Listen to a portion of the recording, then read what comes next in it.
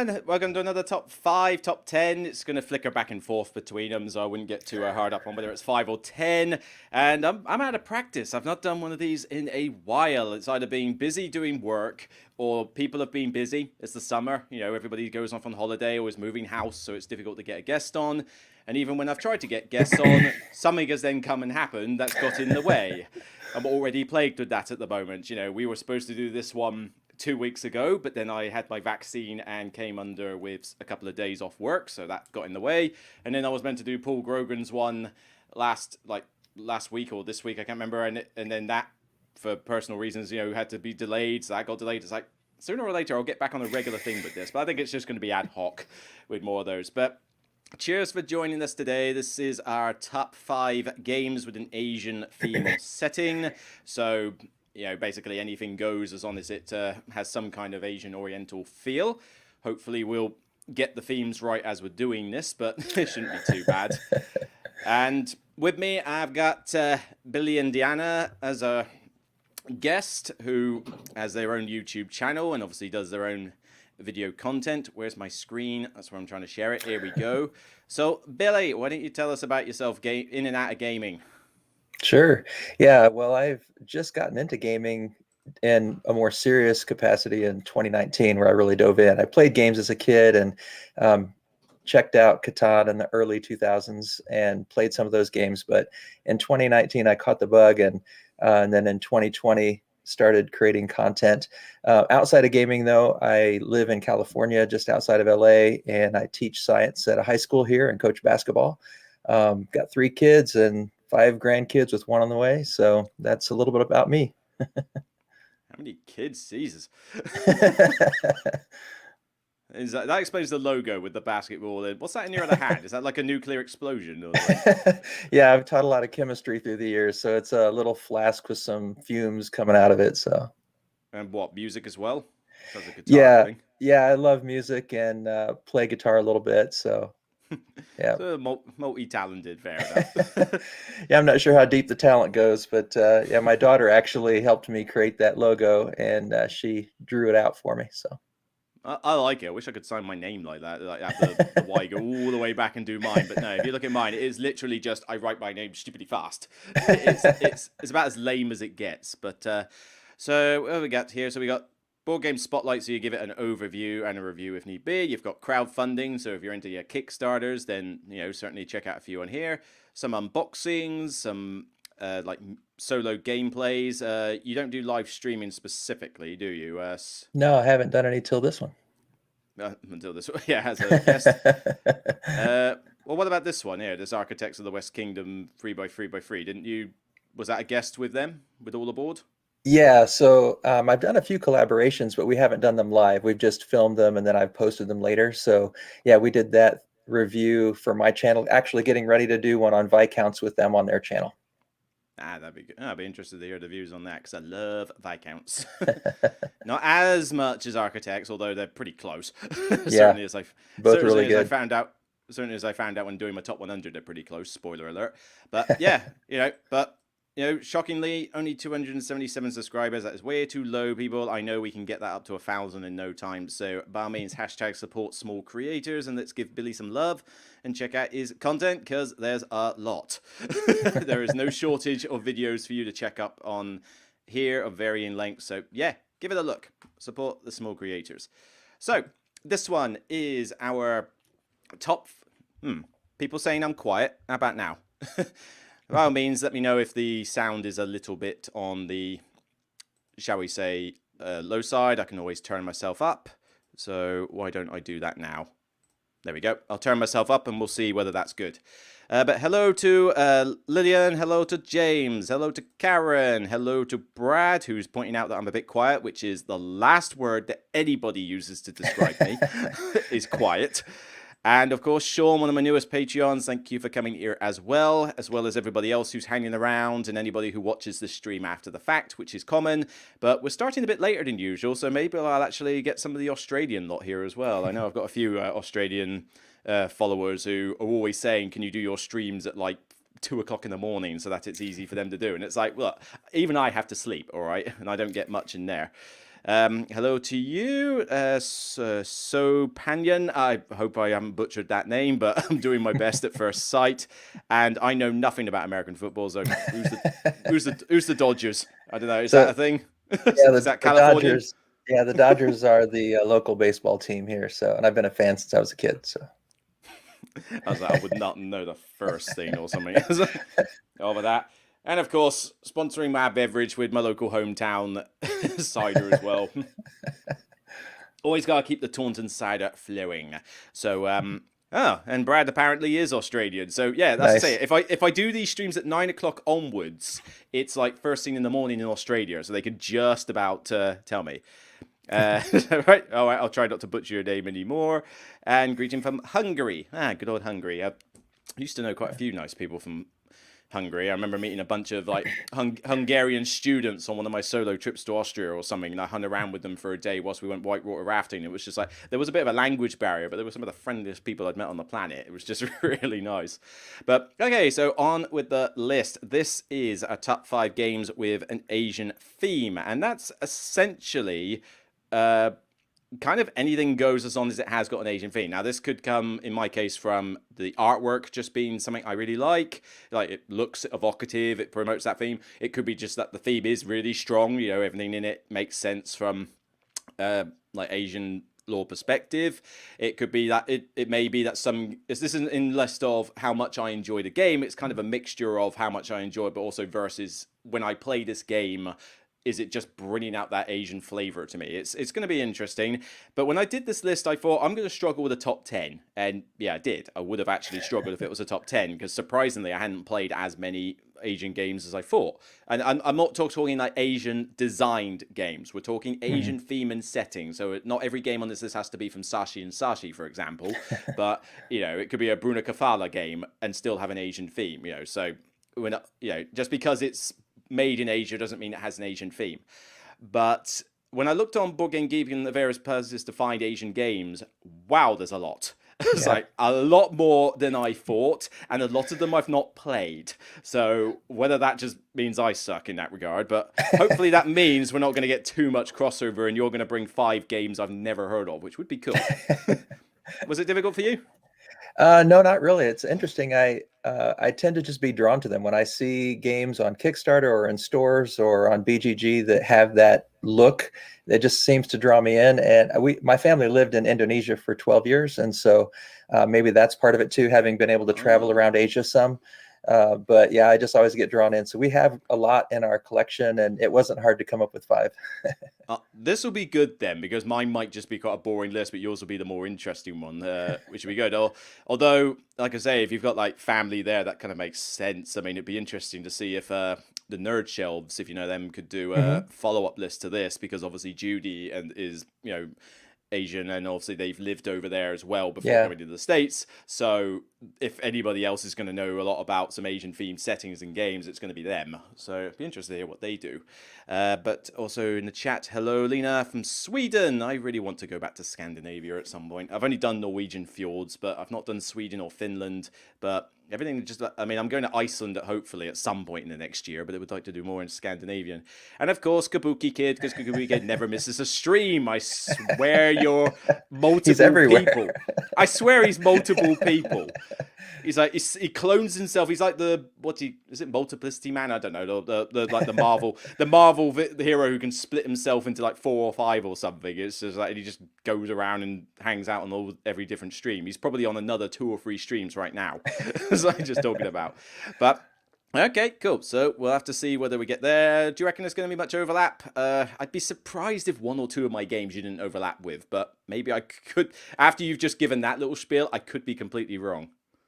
Yeah, I'm curious to see. There's a couple I think that I have on my list that aren't too popular, but then I have some others that are quite well known. So we'll see.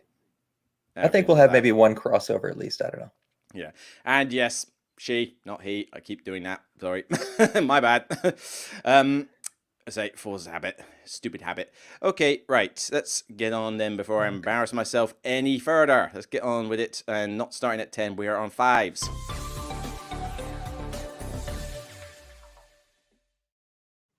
All right, guests go first, as always. All right. So my number five is Kohaku. I don't know if you can see that very well, but it's by 25th Century Games and Gold Seal Games, and it's a tile laying game. The thing I love about it is it's just beautiful. It has these acrylic tiles that give kind of a 3D imagery to the fish and the turtles and the frogs, and it's a pattern building game where you're trying to take tiles from a central section and then putting it into your own koi pond. The word kohaku apparently is a Japanese word, and the koi fish is called kohaku, the red and white type. It's just to me, it's kind of a comfort game. I can play it solo. My wife likes playing it with me as well, and it's just kind of quick to learn, easy to play, beautiful game. It is. I'll give it props. It is beautiful, and actually, I recognize the designer, Danny Devine, I think the name is, and they've done. Oh, I forget which one it was. It was one. I think it was Tapiri or something. It was a little tile laying game where you had to get your meeples to look down directions at garden hedges and stuff, and that had a similar kind of like artistic feel. So yeah, this is definitely up the wheelhouse.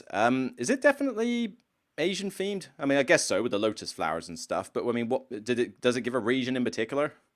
Yeah, this one I was torn because there are a couple other games that are maybe a little more deeply Asian themed, but because the word kohaku is a Japanese word and the koi fish are from that Japanese sort of artistry and the lotus flowers, I figured it would squeeze in. And I wanted to include it because it's just one of my favorite games. Even though it's really simple, it's just one that I take a lot of joy from. It does look on the pretty side, and yeah, this definitely appears to be a fairly straightforward game. I mean, not that I ever trust this rating because it's a load of rubbish, but 1.57 is basically that. And I didn't realize it was so recent. Was it really? Does it really only just come out this year?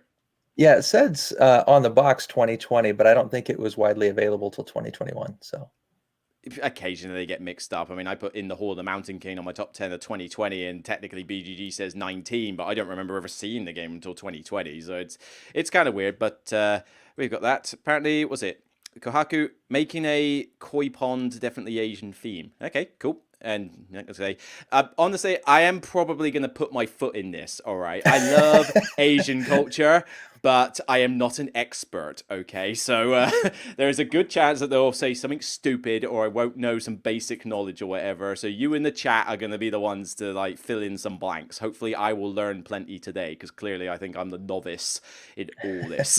Like, you know, I know about tax. Yes, I know, boring as anything, but something's got to pay the something's got to pay the bills.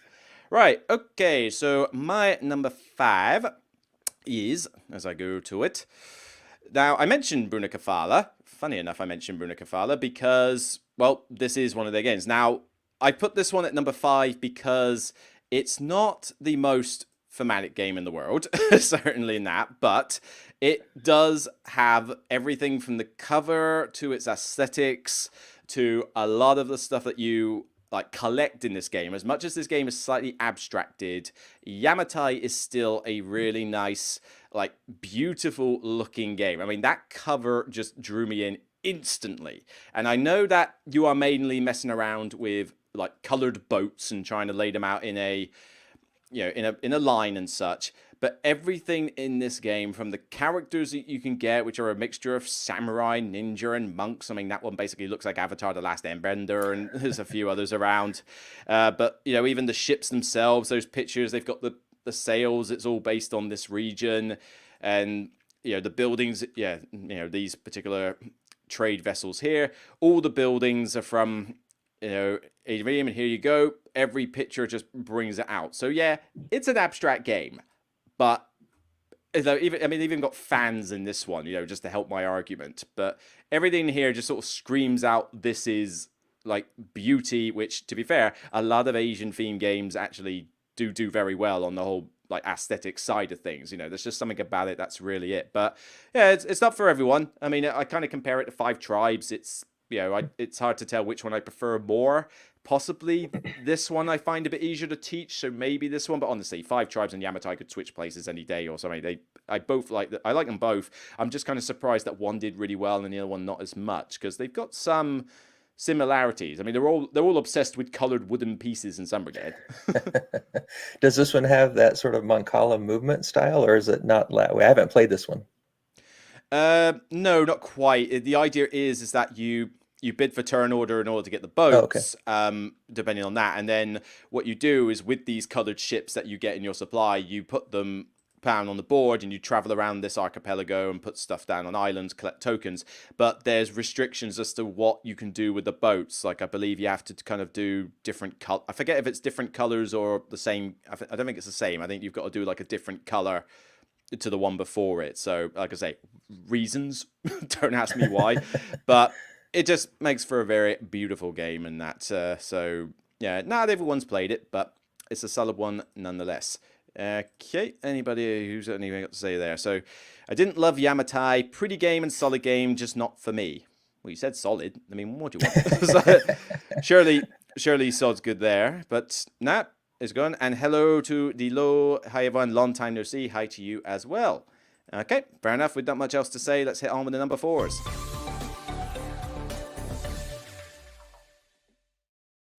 All right, for my number 4, I picked Four Gardens. I have yet to pull the trigger on this one. I've seen Yeah. reviews. It looks like fun. I was this close to putting the PayPal button on it just to try it because I couldn't get a review copy. I don't know if I should. This is your opportunity to like bring me in. Yeah, well, this one I saw the pagoda, the 3D tower there, and at first I thought, well, maybe it's just kind of that toy factor. It looks cool, but then when I saw how it actually integrates into the game, and you turn it clockwise or counterclockwise, and it dictates which resources you can get and how many of each. I saw that it's not just a toy; it's actually very integral to the gameplay. And it's just one of those puzzly, thinky games. It's also very easy to learn. You're trying to collect resources and then build a nice panorama of pictures, panels together, and they can be small panoramas to large panoramas. The bigger they are, the more points you get.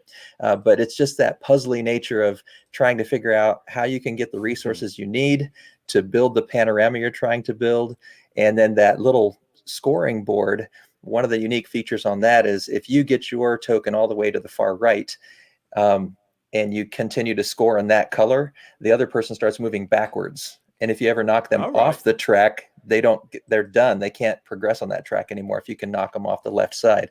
So there's just a lot of little unique things to this game that I really enjoy. My wife and I play it quite a bit. I love these little bits here. Sorry, dude. Yeah, go ahead. Are they in the game, these little bits here?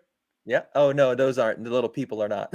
All right. I thought it was like Cult Express, where like on top of this giant structure, it gives you a bunch of useless terrain to put out. No, but yeah, it's the cards are also multi-use. So you're having to decide for each card, am I going to use it for my panorama? Am I going to use it to gain resources? Am I going to use it to move resources? So there's some hand management, resource management, one that my wife and I really get a lot of fun with. I'm so tempted by it, but I know it's light, so I'm not expecting the heaviest game in the world. But if it doesn't take long, I'm cool with it. And I was afraid that this was going to be a massive toy factor that would just break or sorry. But by the sound of it, it's not. You know, I mean, yeah, okay, it could have been done with just some boring cards and that, but at least it looks the part. Yeah, I'm very cute. Carry on, though. Yeah. So the thing about it too is that on the cards, it tells you how you're going to rotate the pagoda if that's the choice that you take, the action you chose to take. But you have to rotate it at a certain level in a certain direction. So you're constantly figuring out, if I rotate the second one down, that rotates both of the top 2 levels. If I rotate the bottom one, it rotates all 4. And then it also tells you, do you choose the resources from the top to the bottom or the bottom to the top? And so you're always thinking about, well, which way do I need to spin this to get the resources I need? But you also are limited to 4 unless you earn an extra spot. So maximum, you could only ever be getting 5 resources in your store at a time. And so there's just a lot of puzzly thinking and planning that you have to do to make it work out. I don't know if I feel like splashing out the money on it per se, but I really want to try it. I don't know. I don't think my Dice Cafe has it. At least I haven't spotted it there. But definitely, I think if someone puts this on the table, I'm going to be tempted to read the rules and just grab it because it looks simple enough that I could just pick up and play this. Yeah, it's like a 4-page rule book. It's super simple to learn, but there's enough puzzly nature there that it keeps you thinking. I love these Asian style panoramic pictures. It's just Hmm. such lovely art. Who does the art on this? They deserve some credit. Uh, Rashance. I don't even pronounce that, but oop. Yeah, and the panorama pictures too. Most of the cards are unique, but they still fit together. So all the orange panorama cards do create a complete picture, even though depending on which Ah, orange cards you get, it's slightly I different. I love that when they do that in games. Yes, the Yeah. panoramas at work. Ah, nice. All right, what have we got saying on there? Emily, hey to you. I hope giant Takinoko is Luke's number one. Well, it's got to specifically be the giant one, has it? So- and hello, Ryan and Bethany. You've joined us in the chat. Thanks for coming in. And Kabuki's making a few guesses. Rising Sun, Raja of the Ganges, although that's technically Indian, I think, if I'm right. But I mean, something I will say, and Kabuki's asked this question in the chat actually. I didn't specify it enough on the thumbnail. I might need to change it. We'll see. But we are specifically talking Far East. So we're talking Oriental Asia in a sense. So Japan, Korea, you know, China and all that lot. So we're going that way. So I kind of categorize like India and some of the other countries as Middle East, and none of those are on my list. I don't know whether you got that because I didn't specifically say that. No. This was your choice as well, so you know what you were talking about. Yeah, no, I specifically limited myself to that, but I did think about it because India, Russia, those are Asian countries, and so there Yeah. are some games that I enjoy with those themes, those settings. But I stuck with the kind of Oriental countries as well. Yeah, I might put it in the description or something just to sort of clarify that is what I'm going with. There was a yeah. I know. I'm just explaining to everybody else. Kabuki. I know you've got it. And as I say, we might get it might be wrong on some of these. What do you call it? These assumptions, but as I say, it's kind of the thing we're going with. So, my number 4, as I note down the time. Always got to note down the time for the timestamps. We have got. Well, funny enough, people are talking about this game in the chat. It has been mentioned, not going to say when, but of course, how can I not have? In fact, should I put this one? Nah, I can't. If I find pictures of it, I will. But you can't not have Takinoko on an Asian theme list. It's. I mean, again, you might be able to theme this with something else, but come on, that adorable little panda with a bamboo garden. I don't need pictures of people. Show me the actual game. That would be nice. Yeah, there you go. Something a bit better.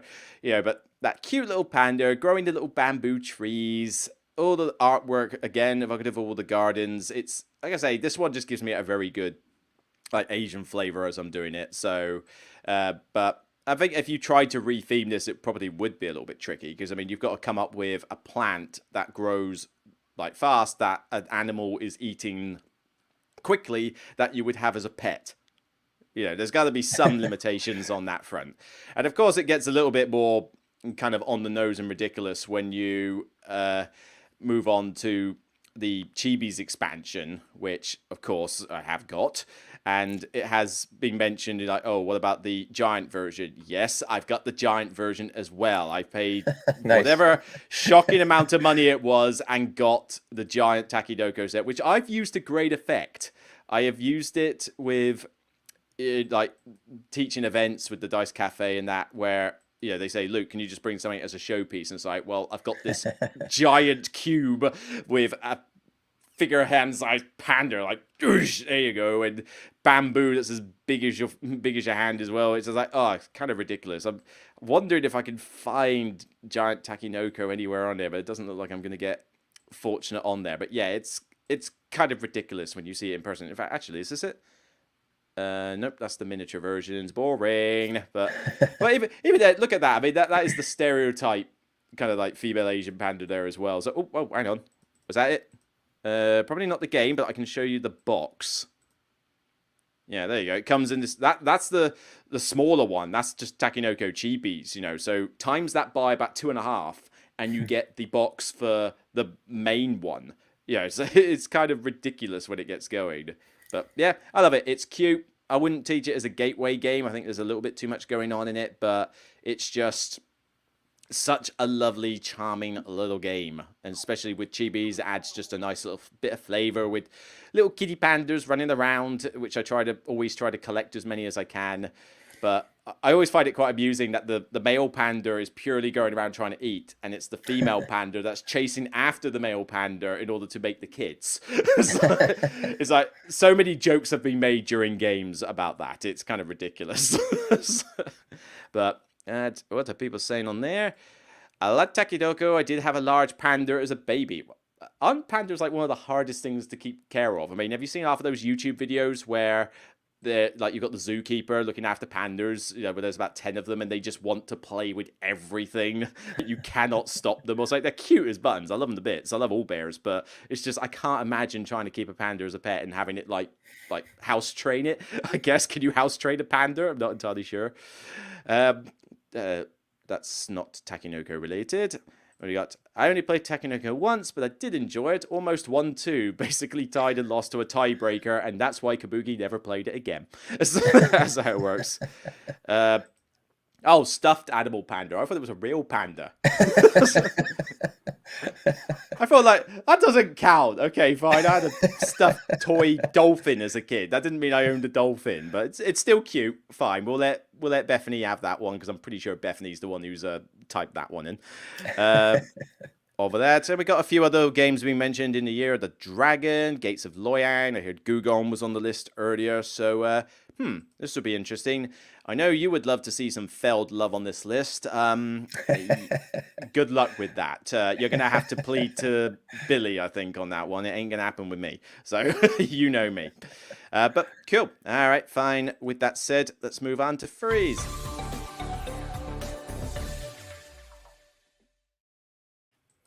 All right, my number 3 is from Queen Games, Zen Garden, another tile laying game, and I just tend to like the puzzly tile laying style games. And I'm in this noticing one, the trend, yeah. yeah. So in the main section, you've got a big pile of tiles, and they come out little by little, and you're planting them into your own garden. But you have this pagoda of scoring mechanisms or scoring settings, and you can change that pagoda to having just the very basic settings, or you can increase it to have up to 5 levels of different scoring options. And so you can sort of scale the complexity of the scoring and the number of things that you're trying to combo together as you build your garden. And so you might be trying to complete certain paths with different backgrounds. You might be trying to have different little emblems in the garden. And so I like the flexibility of being able to play a real quick game with just a couple scoring settings that don't burn your brain quite as much, or going all the way to the 5 levels and just, putting everything out there and then really seeing if you can combo as many of those things as possible. And like I said, the tile laying games just about always draw me in, whether they have an Asian theme or not. That's just one of the style of games that I really enjoy. It certainly does look like not the best artwork ever, but it's pretty, it's colorful, so it's a nice sort of like classic theme. I'm getting a very big King Domino vibe from this whole like terrain thing. Is it kind of like on comparison with that? Not too closely. I mean, I do like King Domino, and there is a sense where you can be trying to match up certain kinds of terrain, but you might be trying to match it up. You might be trying to get very few of a certain kind of terrain or a whole bunch of a certain kind of terrain. It just depends on what scoring tiles come out for the game you're playing. So it gives us some replayability as well, that every game you're not trying to come up with the same combos. That's going to be randomly generated. It's just that I heard of this one because I'm trying to play a few more Queen games lately, especially as I've been going on about like Runestones recently. And I was at the UK Games Expo, and I think this one was on their stand, like maybe one copy, or maybe I just saw it on like a shopping. It might have been on Queen Games website or something. But I'd never heard of this game, and I wasn't certain whether I should just grab it as a random thing, although I saw it was ranked on Board Game Geek and sort of pulled back, but I would certainly still try it just to see if it's a nice simple tile laying game. Yeah, there's an older version, I think, that came out in 2013, and I haven't played that one, so I don't know how they compare, but this one is more recent, and I think it has more scoring opportunities, but I'm not exactly sure because I haven't played the older one. So this is the older one here by the looks of it. Mayfair Games, so that would explain why it never got like reprinted as such. Slightly different. That looks a lot more abstracty than the other one or something. Yeah, Yeah, I looks can like you're certainly say more. I can certainly say the Queen one looks better than that. Yeah, it looks like on that version you're thinking about getting them more in certain patterns of shapes, like polyomino style almost. Mm. Whereas in this one, it's, you know, can you get like the most of the cherry blossoms on your board, or can you get cherry blossoms and little Buddha statues on your board? So you're trying to combo a bunch of different Mm. things, and so just yeah, it's I think the flexibility of how you adjust the scoring is really nice. I mean, this one definitely is the looker on there. Looking at the last one, Zen Garden, Mayfair, rank 13,000. Wow. So clearly Queen Games did something right when they did this reprint. But yeah, it's a new one on me. I had not heard of it personally. So, well, not before seeing it on the Queen Game website. So I'll check it out if it hits the table. I'm sure it will from somewhere. Okay, what have we got going on? Let's see. Got to Yokohama from a local game store rubbish sale. Yep, Yokohama could fit. You know, not the biggest. I don't mind it, but I thought I'd rather play Istanbul because this Mm. Yokohama is just basically Istanbul with extra steps. So it for like 3 hours, I don't want to play Istanbul for 3 hours. I'd rather play the lighter one. Lanterns could qualify. Like I say, we'll definitely do some honorable mentions and sort of talk about why certain ones didn't hit the list later. Hanabi has been mentioned. Saikatsu. I don't see why that wouldn't classify as Oriental Asia unless I'm getting completely mixed up with the game itself. But yeah, there does seem to be a. Well, I was about to say a lot of love for Hanabi until James came in and said otherwise, but so it would be interesting. There. The Mayfair version of Zen Garden was very different. I felt I liked the pattern making, but the rulebook was a disaster for such a simple game. Fair enough. If your rulebook sucks, your game is going to tank. That is just the way it is. You've only got to look at the Batman game to know how important it is to get a Yeah. rulebook right, and it's the most important thing. One of the biggest disappointments I remember. I didn't back it, but I wanted to try these games out because I like these little, not stupidly small, like the Mintworks stuff. I don't go for that, but you know, a nice small card game. Hanami was on my shelf. I think it was in my game bag, but you know, small little filler card game. And there was a collection called the Matchbox Collection. And it had lots of these tiny little games in it. You could get a batch of them, but apparently the rules for all of them were so bad for such a simple game that whole collection kind of tanked because people Mm. weren't entirely certain if they were even playing it right. Which, you know, it's like, how hard can it be? You know, get a rules editor, get Paul Grogan on the phone, and you'll be fine. But apparently no. Rules book editors are either expensive or people just can't be bothered these days. Okay, fine. All right. As for my number 3, we are looking at. All right, so. You know, we're talking about monks this time. We're going down the more more horror setting. Again, this definitely does bring out a lot of good theme when I play this game, particularly because I'm trying to remember who does the art in it. Piero. Yep, Piero does the artwork for one of my favorite sort of co-op tower defense games, and that is good old Ghost Stories. Ghost Stories. And there, the picture alone is already giving off that, but this kind of takes me back to, you know, like Asian style horror. I mean, I'm not talking. Well, I mean, you could think of the cheesy stuff like it's not horror, but what's it called? Big Trouble in Little China. You know, you've got like the sort of ghouls and various stuff like that appears in there. But you know, you look up some actual Asian themed horror, and there's some crippling nasty stuff. Like I don't want to go anywhere near that kind of thing. But Ghost Stories itself, the artwork says it all. Everything is beautiful. All the location tiles with a villager character as well as the room. You got the Buddha statues that you're using to stop these ghosts, and you know I forget his name, Wu Fang Chung or whatever the name of the antagonist is that you got to deal with. But everything here just screams that Asian flavor. All the ghosts you got to fight, the monks with mastering their ki effectively, and all the different things. You got little rice bowls and like incense sticks and that to take out the ghosts. And I can't believe I can't find just some, yeah, here we go, some pictures of these ghosts. I mean, there's some nasty stuff on here. I mean, forget like the ring or anything like that. There is some really gribbly stuff. And the Black Widow over there, one of the most hated characters in any game. So, like, you want to do like top 10 annoying characters when the Black Widow comes out? Because this is a game that you shouldn't be relying on your dice too much. You should use tokens more to kill ghosts. Well, the Black Widow comes out and says you can't use tokens. Oh, So, wow. so as soon as she comes out, everybody basically switches off what they were doing and says, kill her, like now. Especially before another ghost comes out that says you can't even like roll dice or like you lose one die. So it's nigh on impossible to then kill the Black Widow and you got to deal with her. But so aggravating. But look at this stuff. Piero is an art master with this game. Yeah, it's really look pretty. at it. I try to think if there's, I can't find, oh, there we go. This is like various manifestations of your main bad guy or something, or in this case you can actually get the mistress version, but you can get all sorts of different phones. But it basically reminds me of the bad guy from Big Trouble in Little China, so you know, it's that kind of thing.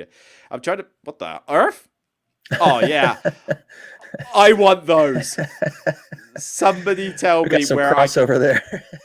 somebody tell me where I can get these to make it work with ghost stories. I want to pimp my game out with Kung Fu Panda minis so much. That is perfect. Why have I not thought of this? I gotta find. There was a game on Kung Fu Panda. I can't remember who put it out, like a little action co-op game or something. I've got to find it now. That's gonna bug me for ages to do it, but.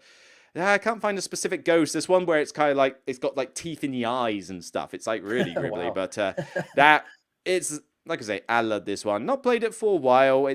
I've got the White Moon expansion. It's definitely a bit more, like the rule book in this case is not as good as it can be, but, oh yeah. Love it. You know, I want a tower defense game set in Asia. Everybody's making references to. But actually, Big Trouble in Little China actually does get referenced quite a lot when we play this game, even though there's not Yeah. a direct correlation. But it's just that kind of setting. Not many people actually mentioning about ghost stories. Funny enough, actually, more people are sort of focused on King of Tokyo, which technically does class as an Asian themed game, although only because it's set in Tokyo. That doesn't. I wouldn't have put it on my list to say that's an Asian themed game because it's like it could have been King of New York. And, well, actually, there was already a King of New York. Yeah, what am I thinking? There already is. It literally could be any place name. I don't know. It didn't work for me. Hello, Judy. Yeah, we mentioned you Talking about earlier. them earlier, yeah. Well, I say we mentioned you earlier. If anybody needs to do a follow-up list about Far East Asian setting games, you're the perfect person to like help out with it. And I'm sure you'll correct me on a lot of mistakes, like everybody else is. I like ghost stories, but playing it one time a year is plenty. Nah, you got to play it more often. Although, to be fair, I don't know if I can say that about all the games I've got. The problem when you've got too many. There's a lot of love for Hanamakoji, and there's a lot of love for Onitama as well. Both that could fit on the list. Will they be on mine? Well, you'll have to see. Co-op games are tough for me. Too often too hard or too easy. That is true. I mean, do you find that? Do you play a lot of co-ops? Yeah, we actually do. Most of my family prefers co-ops. I like all kinds of games, but the rest of my family mostly prefers co-ops. So we play quite a few of those. And I like the ones that are a bit harder, but I think the rest of the family likes to win more.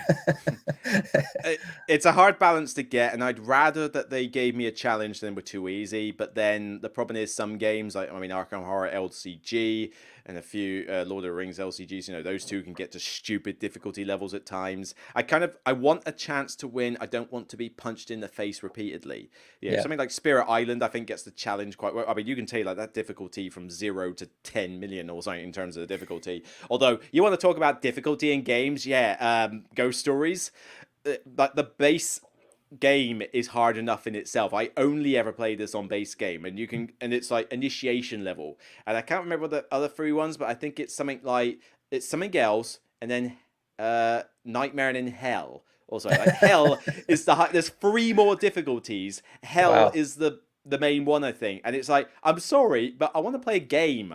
The game is hard on base level. It will kick your butt easily on base level. To even think of upping the difficulty to something like Hell it's not so much a game, it's more of a time trial. Like To see how long you can survive. yeah.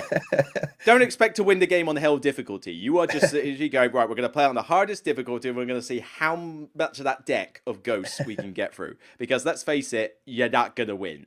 Not without some serious luck. All right. Oh, well, enough with the horrible ghosts. Let's get down to twos.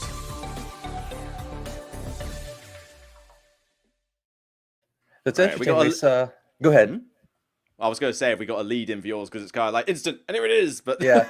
So we had a couple of people actually mention TMG Taste Your Minstrel games in comments earlier, and actually my next one comes from them. It is a little bit harder to find, and I just found it on clearance, and it looked pretty cool, and I thought I'd try it out. an It com Asian TMG game. Yeah, it Have they done one? combines some trick taking and area majority. So it's a unique combination.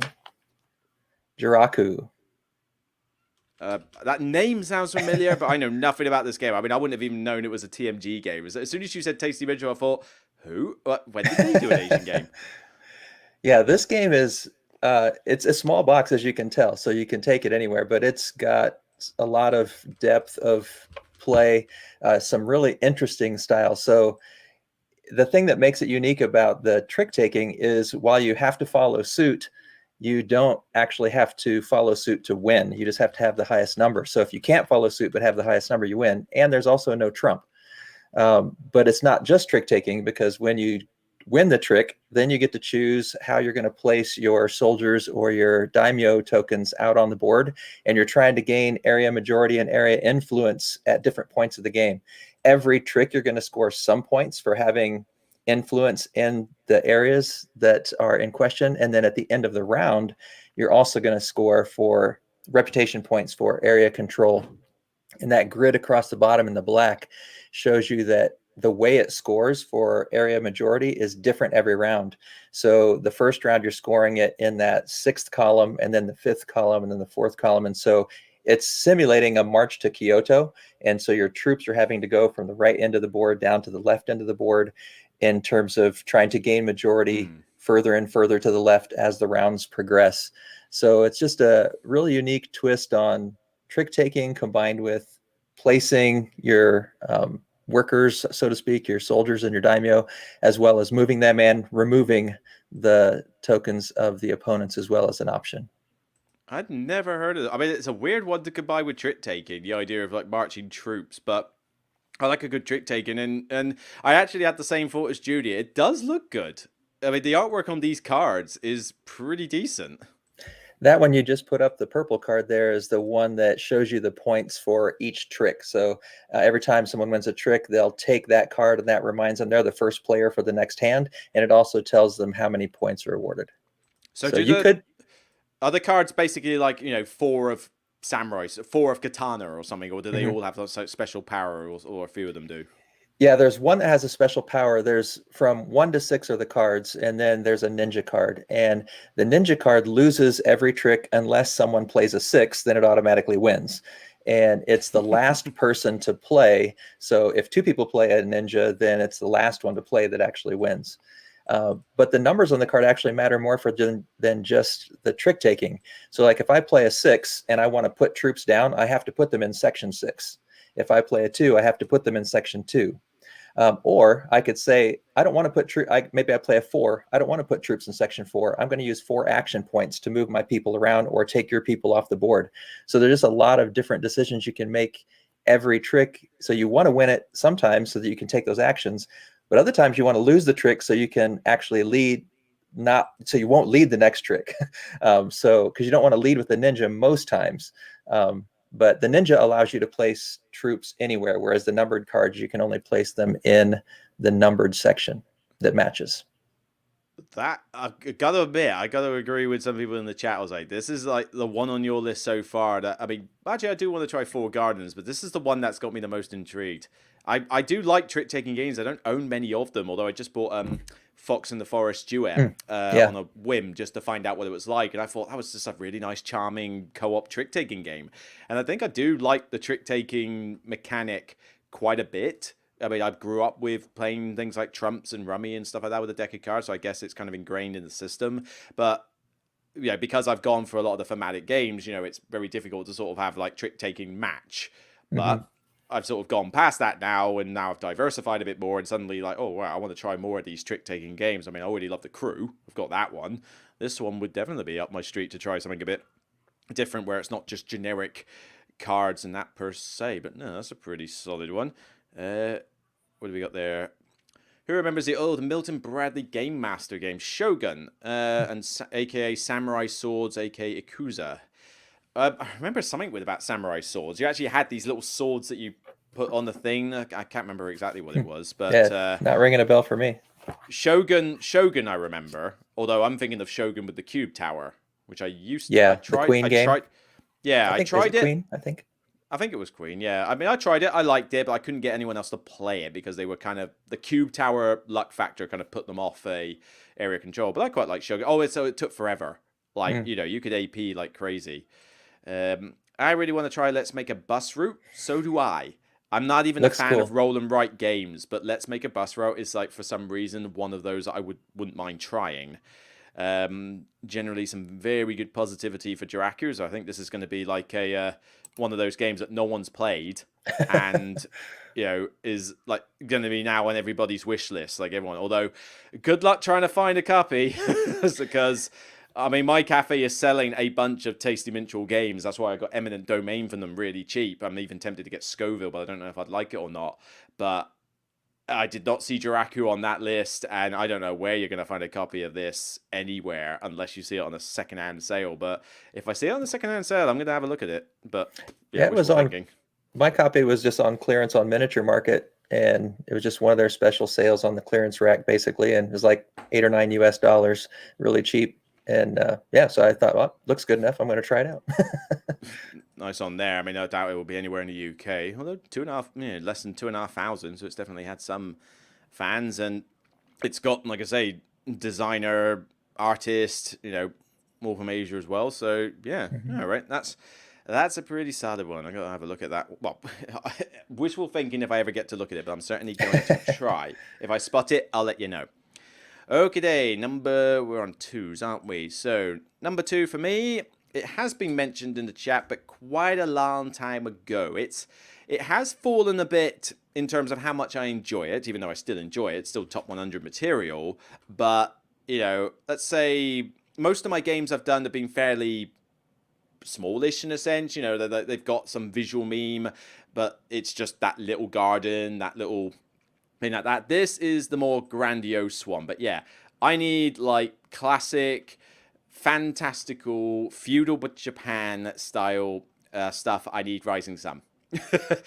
Everything to this is just hello theme, with everything from like palaces being carried on tortoise backs to all these different like monsters from the lore that you can get, dragons that you can use, the different signs that I've actually got like the Asian writing on there. It's pure fantastical samurai style theme. It's dudes on a map. It's the one dudes on the map game from Cool No Money or Not that I actually get behind, because I do like how it's quite streamlined actually for a dudes on the map game. A lot of it is bling and all this, and certainly there's a lot of strategy to it, but the rules to it are not that complex. Everything just looks so good, and you want to grab a big monster. Move over Blood Rage. Blood Rage is okay, but I kind of get a bit bored with that drafting and low-key strategy dominating. And I don't really care about trying out Ankh because, whoa, another dudes on the map game from the same designer. I mean, how different can it be? I've got this one. It already cost me an arm and a leg. I'm still having to like pay off loans on how much I spent on this one. Like, this was the catalyst where I said I don't want to buy any more Cool Mini or Not Kickstarters.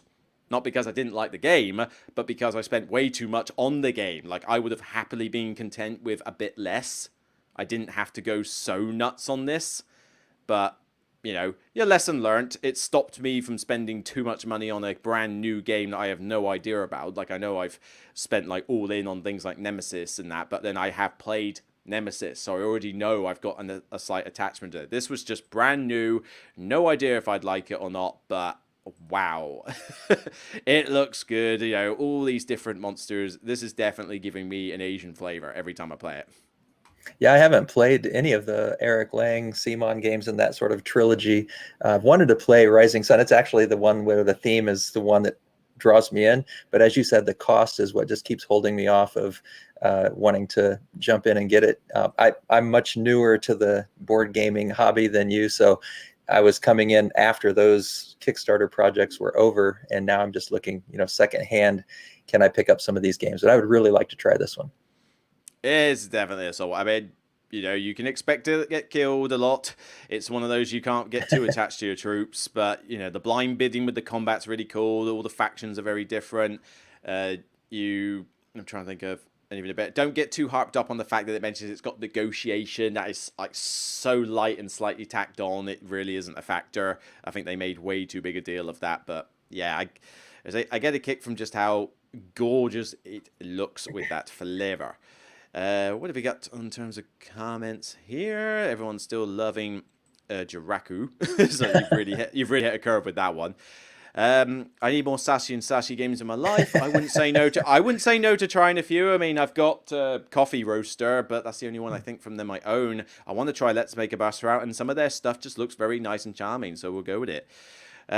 There's also the new Shogun game from Queen. Has nothing to do. Oh, all right. So the Milton Bradley Shogun wasn't what I was thinking of. Then I'm thinking of the Queen re-theme of Wallenstein. Yeah, that's the one there. Same as what I was thinking of.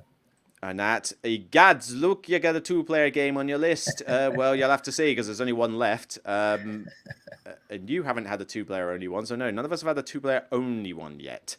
We'll so go there.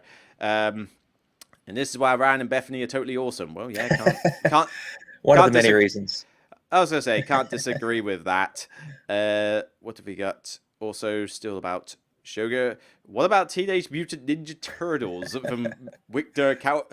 Would you class that as Asian themed? I mean, it's all set in America, even though technically it is about ninjas. So that's a weird one. Would you consider that's Teenage Mutant Ninja Turtles Asian French, themed? but it's Asian adjacent, right? In a sense. I mean, what does that? I mean, if it was like the animated movie, like Batman versus Teenage Mutant Ninja Turtles? I mean, does that suddenly become more or less Asian? I don't know. That's a really good film, actually. I saw that title. It's that DC knows what they're doing when it comes to animation, And I looked at that and I thought, okay, Batman versus Teenage Turtles. That just sounds like an accident waiting to happen. I watched it and had a blast. It actually is good fun. But yeah, kind of Eminent Domain is a good catch. Yeah, when did I pay? Like £18 and then about 15 quid to get the expansion. So now I've got everything I need for it. You haven't bought Scoville yet. I don't know if I'll like it. I like chilies. It looks good, but then I read the rules and it's like, oh God, it's got this fiddly movement mechanic with it, and then you're bidding on stuff. I don't know. I just don't know if mechanically I would like it, despite the fact that it looks cool and I like chili peppers. That's kind of it. Scoville is out of print. Not if you go to my local dice cafe, it's not. I think they've got at least 2 to 3 copies left on their clearance lot, but nobody knows much about it, so hasn't bought it. I could get a copy for £18. Should I? I don't know. I got enough games as it is. What have we got here?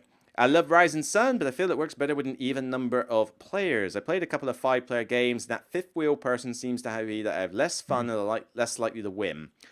Yes and no. Granted, I don't tend to want to play this with 5. I like it with 3, personally. But 4 is fine. I don't mind it with 4. The 3rd wheel is not necessarily a problem, because the same 2 people aren't necessarily going to ally with each other every time.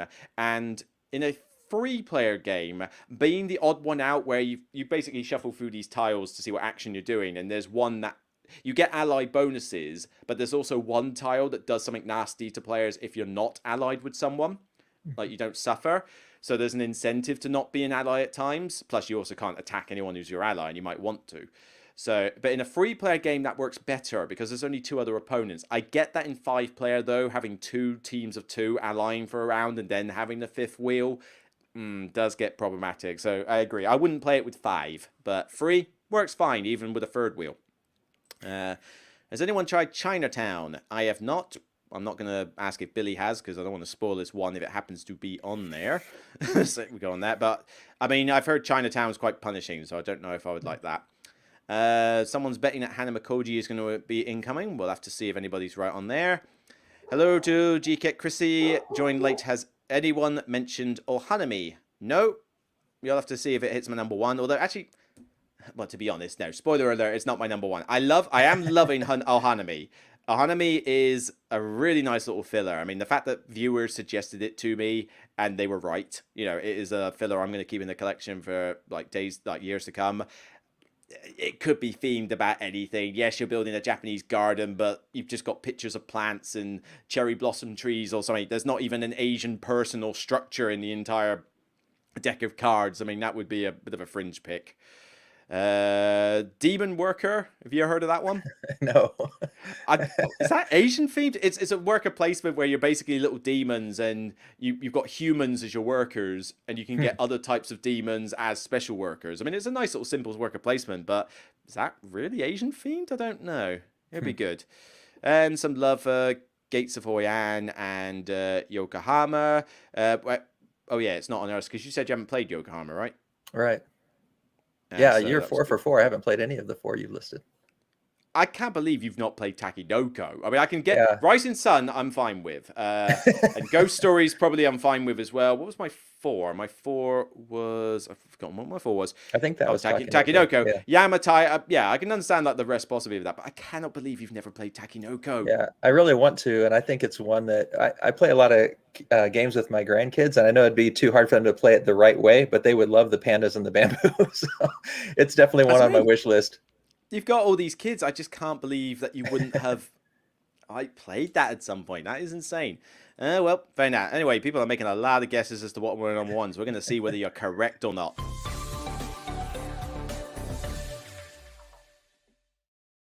I can't imagine anyone's going to guess mine. It's from Matago, but it's also more commonly from Pendragon games. I think Matago may have just done a certain edition, maybe. It's a There's only little bit one older. game. How old? Let's see, 2017, so not real old, but There's only one game I can think of. I've not played this one if it's the one I'm thinking of. I saw it, it looked beautiful, and I know they did a deluxe version, but I'd not played it. Go for it. all right. So this one is Xi'an, Terracotta Army. Oh, okay. No, that was not what I was thinking. I've not even heard of that one. I was thinking, what's it called? Rising Dragons or something? Dragons or River Dragons? It was something like that. Madago did something like that. I thought that was what you're on about. Yeah, no, this is one I actually saw a video of people. I might have been a Rado video, might have been Dice Tower. I can't remember. It was a video where they were talking about hidden gems, and they were describing this game, and I was like, wow, that sounds like a lot of fun. So it's based on Terracotta Army, where you're being basically hired to help build the Terracotta Army. But it involves some bidding, it involves some worker placement, it involves some area control. The bidding is really nice that you have 24 cards and you're going to play 6 turns, and by the end of the 6 turns, all 24 cards will have been played either as your bid or your action, and you lay down 2 cards simultaneously. The underneath card is what you're bidding, and the top card is what you're playing. And whoever wins the bid gets to go first, because there are places you're going to be putting your builder worker, and that's limited on how many people can go there. So you may need to go first to make sure you can take the action that you want. And there's also set collection with those cards you're showing right there, where you're trying to collect full sets of the ones with wooden versus bronze backgrounds. And there's the area control in the middle of the board, where you're actually collecting clay to build the Terracotta Army figure, and then you're collecting pigments to paint them. But you earn more points if you have majority in each of the 3 sections, and you also earn points for getting them in clusters. And then there's a whole majority track, or not a majority track, but a track across the top where you can also earn points, but those tiles also give you extra actions. So you have to decide, well, am I going to use this tile for the action or use it for the point? And so there's just tons and tons of decisions. You can't do it all. It's one of those games where I could go this route, that route, this route. And if you try to do it all, you just fail miserably. You have to kind of figure out which one's going to go and maybe see what the opponent's doing. I've only played this 2 players, so I'm curious to see what it'd be like 3 and 4. But yeah, it's pretty to me. I think the little figurines are cool. And there's just a lot to think about and a lot of strategy that goes into this one. The little figurines are pretty cool, although from the mechanics, I can't see that this one would be one that I would grab forward. The theme focusing mainly on the kind of bidding thing. Although I had to laugh because Kabuki had the exact same reaction to like what to what I thought with it as well. Or sorry, where was it? Yeah, not familiar with this one. Do you fight with an animated terracotta army? And I thought that was going to be it. I thought, oh, do you actually get to do a bit of battle with this? You know, are you using it? And then suddenly it's like, oh, not much a fighting game then. Like, as soon as you start explaining about bidding, it's like, oh, it's just one of those. So I deflated a little bit myself. It does look cool. I do like the figurines and that, but I never heard of this one. I must have missed that Dice Terrorado review on there. It certainly has got the look. It's definitely got the theme. I just don't think mechanically it's going to be one that I would jump on. Yeah, the bidding is actually just one small step, because every turn you're having to think, should I lose this bid? Should I win this bid? And then after that, then you play the card, then you place a worker, and then you take the worker action. And so it's like a sequence of things. And you're also trying to think, how am I going to use these 24 cards? Because you don't ever get to use them again once they're used, and the cards are multi-purpose as well. So you can use a helper card that gives you end game scoring, or you could use that as your bidding card. So there's just a lot of little thinky things on here to drive the gameplay. I'll play it if they're painted like this. Yeah, those are really sweet. Yeah, interesting. I mean, not heard of it before. I'll be curious. I'll have to look up the Dice Tower review if they've done one on there. I wonder if they have videos.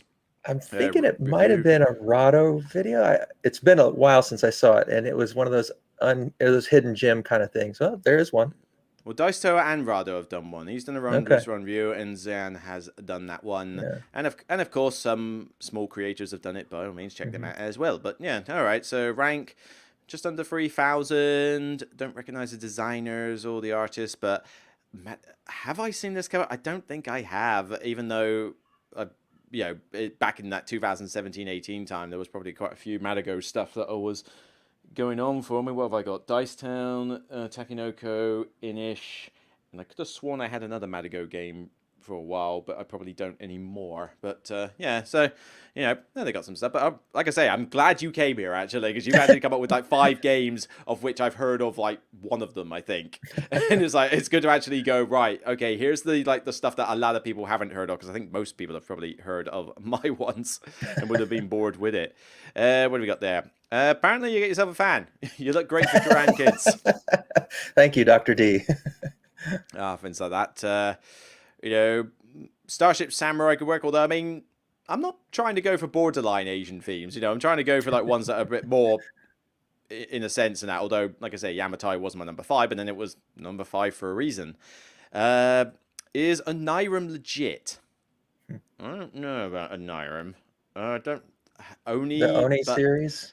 Yeah, but that's about like, and you're in a nightmare and you're trying to find doors. I mean, it's more whimsical type thing. I don't think the Oni is part of Oni, as in the Rising Sun Oni monsters, stuff like that. I don't know.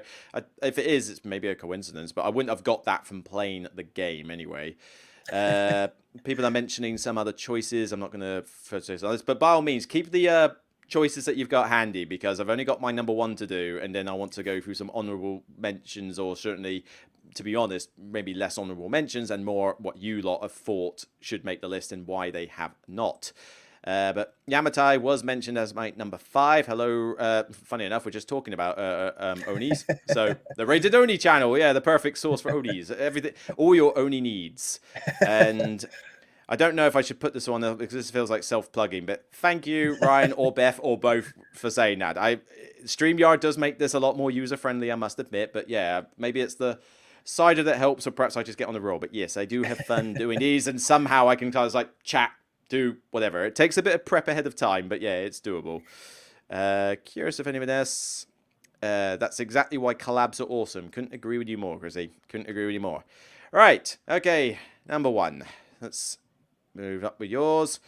So, always note down the time, because I'm the one who's got to timestamp this later. Right, my number 1 has been mentioned in the chat. However, there's been quite a few good games that I have played with Asian themes mentioned in the chat, so which one would it be? And don't worry, we'll get on to why certain ones didn't make the list.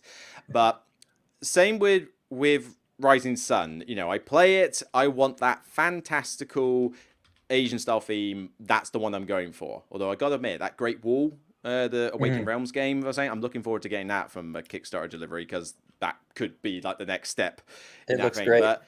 But if I just want to, I don't know how to do this without spoiling it like crazy. But you want just nothing but prettiness and zen and peacefulness or whatever. Of course, you've got to pick the classic Asian theme game of Takedo. Takedo. I wouldn't necessarily rate it as high as enjoyment as compared to, well, I don't know, Rising Sun's only just above this, but there are some of the games I've mentioned like Ghost Stories I probably prefer more, but I just want a nice relaxing game, like nothing, no like brain burniness. I just want the most beautiful like start looking Asian game I can get. And this is kind of going from your thing where you mentioned about like panoramic pictures and things like that. Mhm. It's one of the things you can do in here, but it's just that quintessential easy game of go from A to B and do what you fancy. Take one of these like strange looking Asian travelers of all sorts of like different shapes and sizes and that, and go along the path. Problem is, most of these pictures are all people showing off their painted minis, and it's like I get it. The painted minis are good. I can't paint, but you Oh, know, those are cool. those yeah. You've not played this one. I've played it online only. I haven't played it in the actual board game form. Oh, I was going to say, please tell me you've at least played either this or Takidoko. You've got to have played one of them. But you've got a little bit of tension because there is the idea of like, oh, I'm at the back, therefore I go next. You've taken my spot. I wanted to go to the temple. Now I'm going to have to go find something else to do. But there's always something to do. Yeah. I'm going to donate at the temple. Nah, all right, fine. I'm going to go paint my pictures. Fine, I'm just going to go take a bath. Nice steam bath. And then you get to, you get souvenirs. You can pick up little Asian toys and that. Do some meetings. Then you get to the restaurant. You all meet up there, and you're deciding, oh, I quite fancy the ramen, or I fancy a bit of a bit of sushi because you're trying to collect different sets of, spend the most on the food, and you get a bonus at the end. Just nice light stuff like that. But everything about it just like brings out that Asian theme from the cover. I've got the deluxe version of this with the expansions, which I got to admit, the expansions do help a great deal because as much as the base game of this is really nice and peaceful, there's only so much variety in it. Mhm. But if you imagine that there's basically something you can do on each of, I mean, this is basically what you get in the deluxe set. So you get the little minis of the characters, you get more cards and that. But if you imagine that each type of space has one thing you can do on it, the Crossroads expansion basically doubles it. Oh, okay. So you have two things you can do on each space. So it just ups the variety like crazy. But yeah, I've Yeah. still got I think they're doing if they haven't already, they're doing it soon, like a 5th edition reprint of this. I think they might have already done that. But I think they might be reprinting the deluxe edition soon. I've got the deluxe edition. I'm not gonna let go of it though because it is just a really nice light game, and I'm looking forward to one coming out called Namiji, I think it is. I have no idea how you pronounce it. It's I'm going to pronounce it wrong for the rest of my life, I suspect. But this is basically a Kickstarter one, which is kind of like a sequel to it. So it's Antoine Bozer again. Mhm. I forget exactly what you do in it. You're like sailing boats around, but it's definitely got that. I think this is like prototype pictures of it, but you've got the ships, you're sailing around and you're doing all sorts of stuff. But what I've seen of like the sort of post prototype onwards, again, it looks pretty. Maybe it's going to have a few more rules than the other one, but I just get the feeling that I'm going to love this one as well. Yeah. So to Yeah. have as a nice little sister game. So yeah, well, like I say, Takinoko theme comes out nicely. It's light. Yes, this is definitely a light game. If you're a serious hardcore, like heavy gamer or war gamer, this is going to be the last game you'd want to play ever. But it's a lovely little game. It's just, like I say, zen and peaceful. What have we got? So generally quite a lot of love for Takedo. So Takedo. Ooh, nice. Very pretty. This and parks are awesome at giving you the feeling of traveling. Yeah, that is true. Parks gives you that feel, although my problem with Parks is that I'd rather play Splendor. Get it done half the time. But it is pretty. Love the artwork in Parks. Say, Travis, I love it there. Traveling without needing a JR pass. That specific, I forget what that's. I'm not sure what that stands for, but of course up there. Miyabi, that was another one that was mentioned. What have we got? Luke, I'm guessing your theme over gameplay. Are you trying to say that Tokaido's boring? It's like Tokaido's a nice like. I mean, I'm definitely theme over mechanics. I definitely, there are some games that I can go, yeah, it's got some mechanical issues, but the theme is just so strong. I want to like play it for the theme. Yeah. I've always said like one of my. It's not really a lore. You got Vassal's lore and stuff, but a lore. I can't think of how to say it in a pithy way, but it's the idea that. Good mechanics will make me enjoy a game, but a good theme will bring me back for a second play. And it's to say that you can give me a mechanical game, that's fine, it's sound, but if it's some really dry beige Euro, it could be mechanically fine, but there's chances are I'm just going to think I'd rather play this. But you give me a solid theme, I may actually overlook some of those mechanical faults in my personal enjoyment. Not like when I'm reviewing, but like in my personal enjoyment, I'll be thinking, yeah, but it's the alien theme. It's like, it works so well despite these little things. We've got the JR is apparently Japan Rail. Okay, so Japan Rail Pass, tourist train pass. Okay, fair enough. I've never actually like been over there, so I'd certainly love to, but yep, no, nothing on it. Bye bye to you, Ryan and Bethany. Yeah, have a good weekend, you two as well. So, thanks for joining us on there. All right, so yes. 5 Asian themed games. There were a lot. There were a lot around. I mean, and people were mentioning why we hadn't done war games.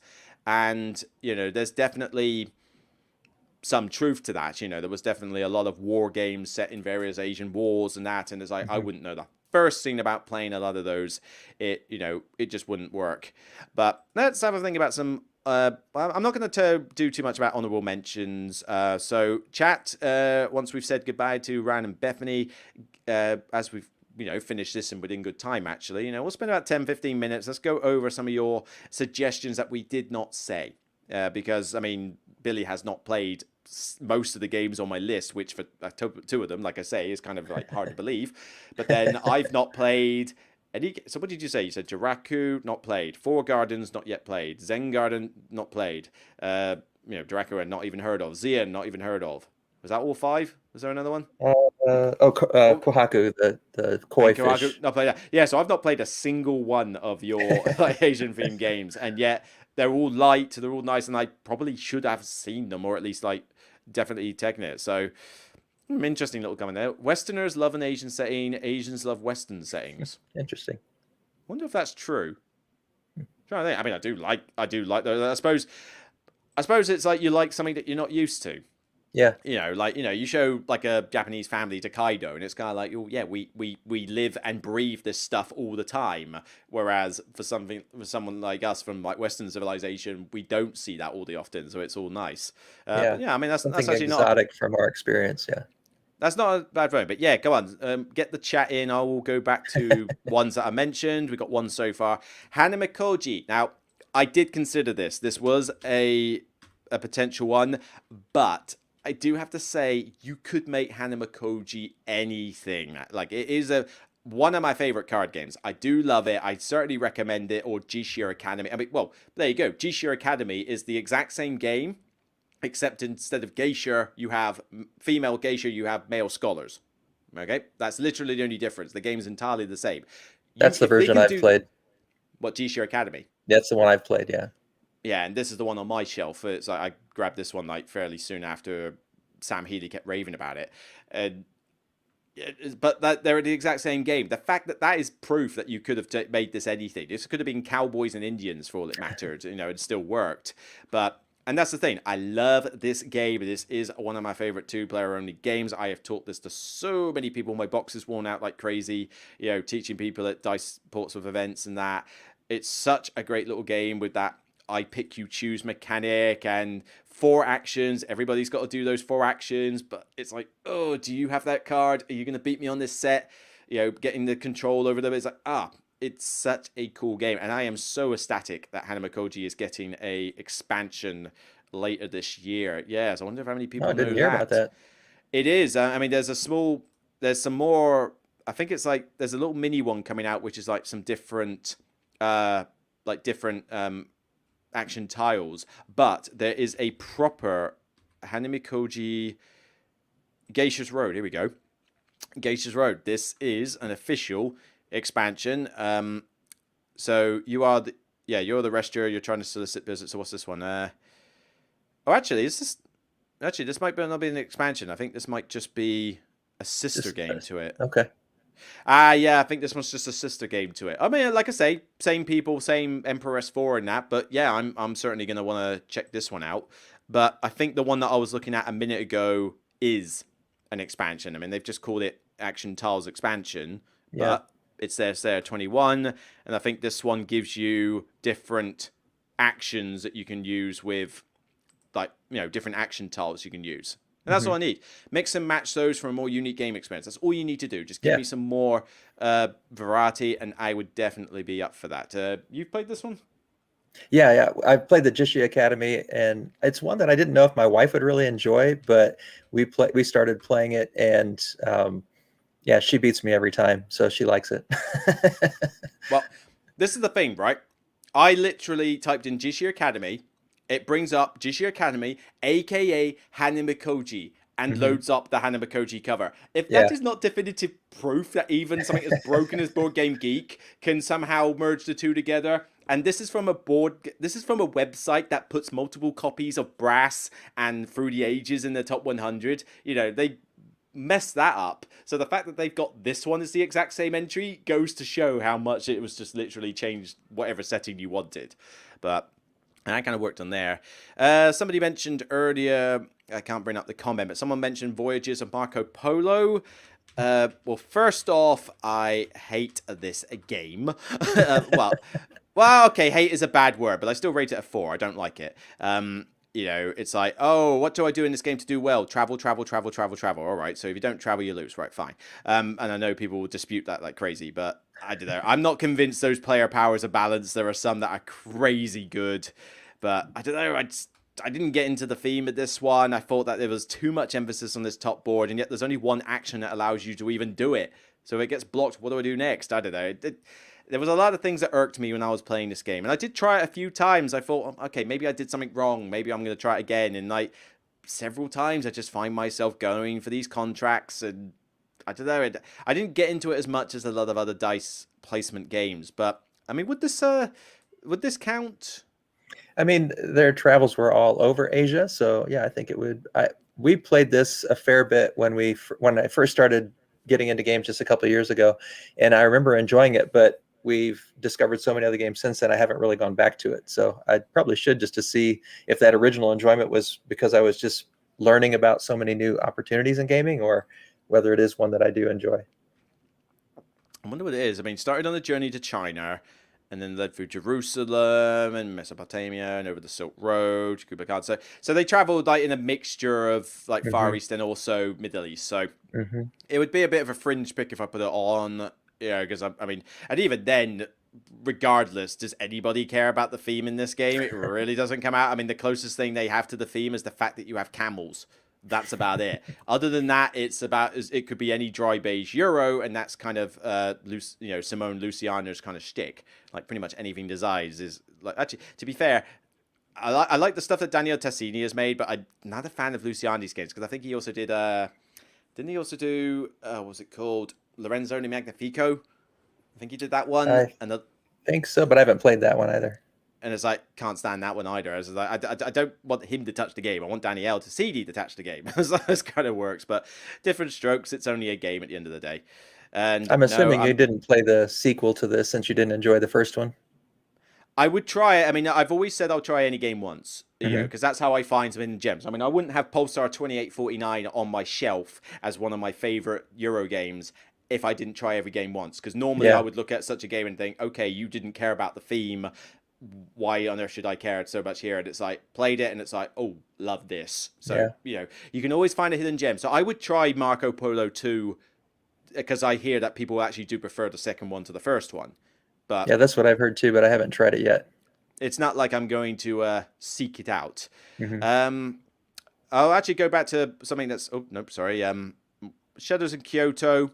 That's fine. It just wouldn't make my list. But somebody made a good point. Yeah, Chrissy made a point. I didn't mention why it didn't make... Well, I think I said why it didn't make the list, Hanamikoji. But it's just the fact that as much as that Asian art is there, I don't play the game for the Asian flavor. As we said, we had Jixia Academy, which is just male scholars. It changed it like complete setting change, but it's still the same game. And you could literally retheme that with anything. When I'm playing Hanamakoji, I'm not playing it because I'm getting any Asian flavor out of it. I'm playing it because I love mechanically how cool it is. So it wouldn't have made my list on that one. Yeah, that for me, the Asian art caught my attention, but like you said, that doesn't really carry over to the theme. And so I had it in my pile when I was going through and just selected the other ones that I thought carried the theme a little bit better. Fair enough. Thanks very much, Carlos. I don't know if you're heading off or something, but yeah, thank you. It's definitely good fun doing this. Another one that's just been mentioned by Kabuki, but I think it was mentioned quite a few. Onitama. I did consider this one. Oh, that's dropped in rating. I thought I had it rated higher than an 8 before. I guess it is just an 8 now. Or maybe I had it as a 9 and I brought it down to an 8. I haven't played this in a while. It's still on my shelf. I still enjoy this two-player abstract. And it could... I think the reason this one didn't make it was, as Kabuki has said, not really a thematic game, but a fun one. I mean, I play it because I like chess. I used to be in a chess club, and I used to be in a chess club at primary school. I had like a arch rival. He was like one of my best mates at primary school, but we were basically chess rivals, like constantly vying for the top 2 positions in the club tournament wise. But even from primary school, because the secondary school didn't have a chess club, I joined a local pub chess club. But it was me at age like 14 odd with people who average age was in their 60s plus.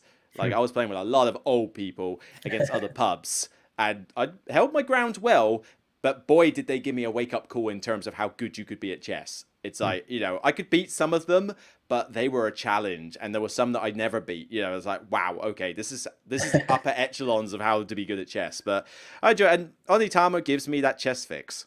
It's a nice little mini chess game. I love it. It's one of the best designs for a little abstract I can think of. So glad, so annoyed I didn't think of it, because you feel like you could come up with this yourself in 5 minutes, like the design of it. And yet, it's like one of the most popular abstract games out there.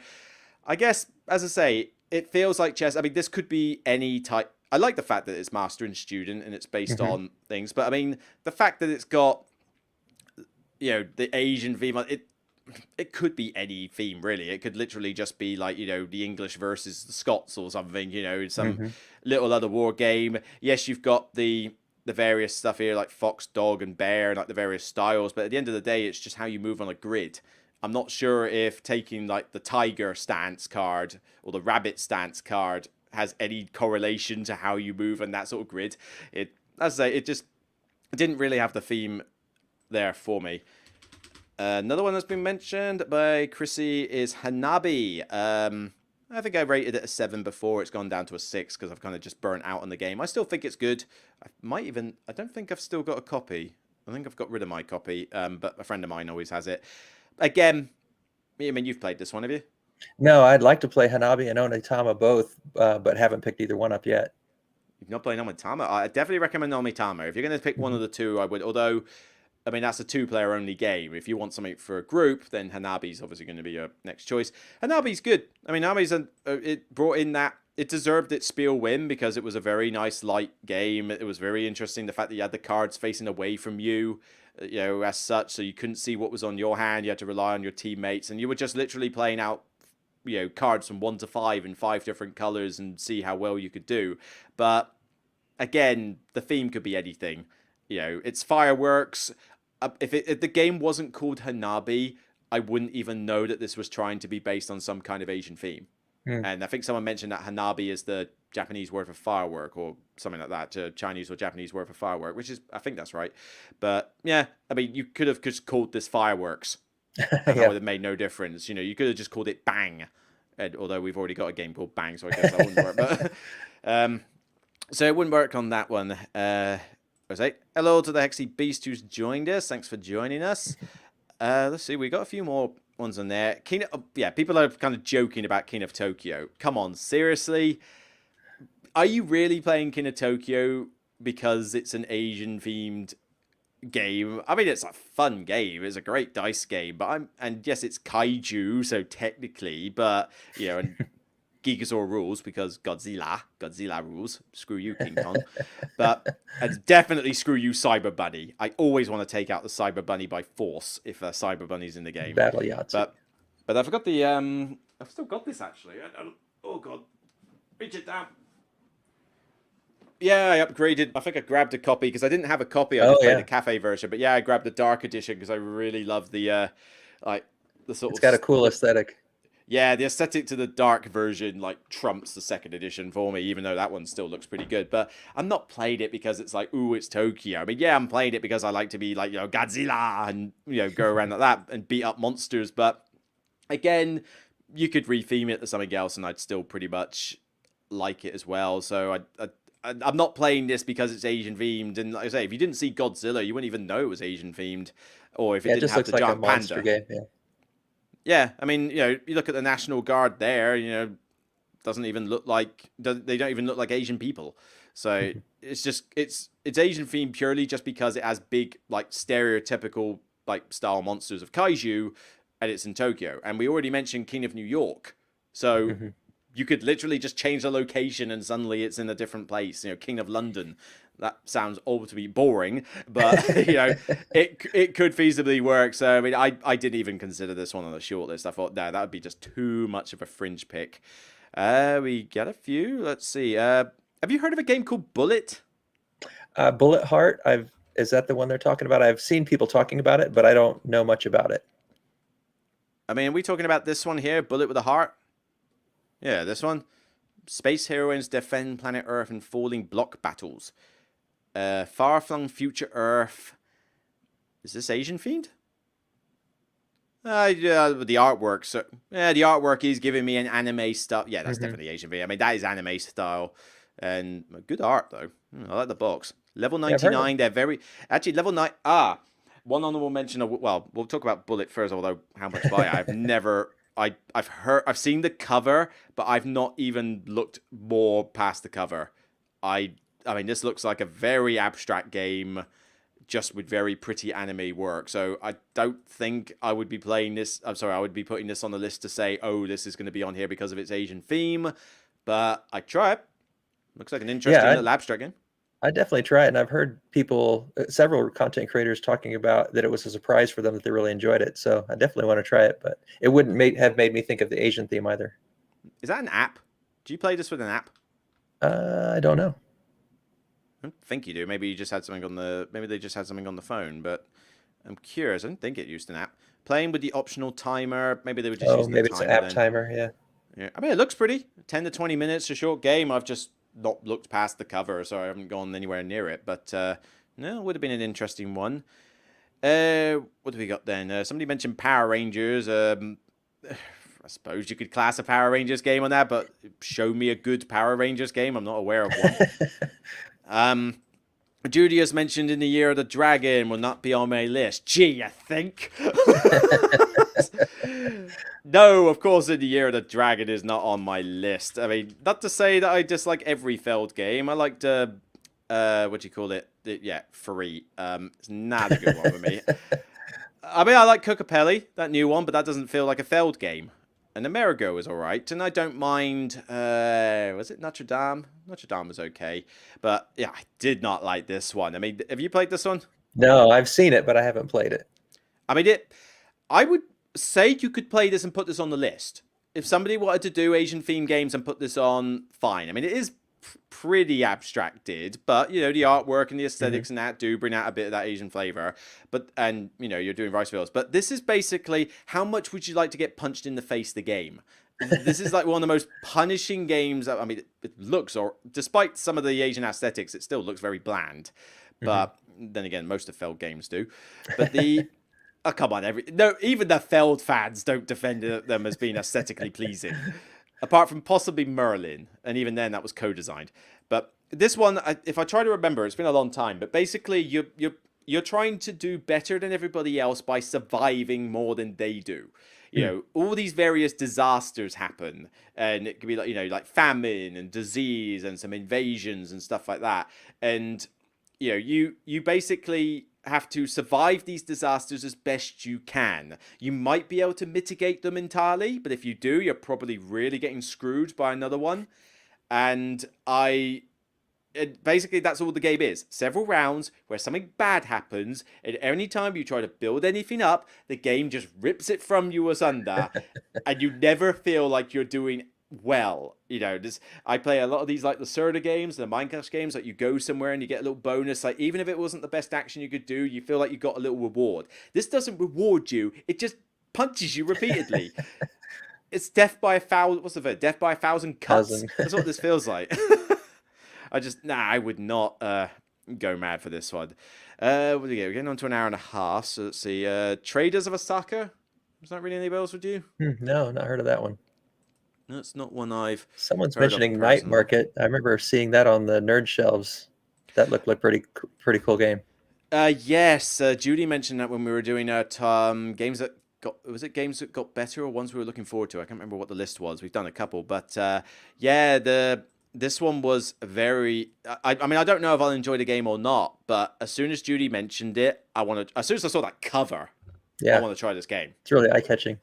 It could be a bit abstracted, and I'm pretty positive looking at this. It is pretty abstracted, but it looks pretty. It looks like a nice theme, even if it is slightly abstracted. But I mean, if I saw this on the shelf, I would pick it up and play it just from that. It's such a gorgeous looking cover.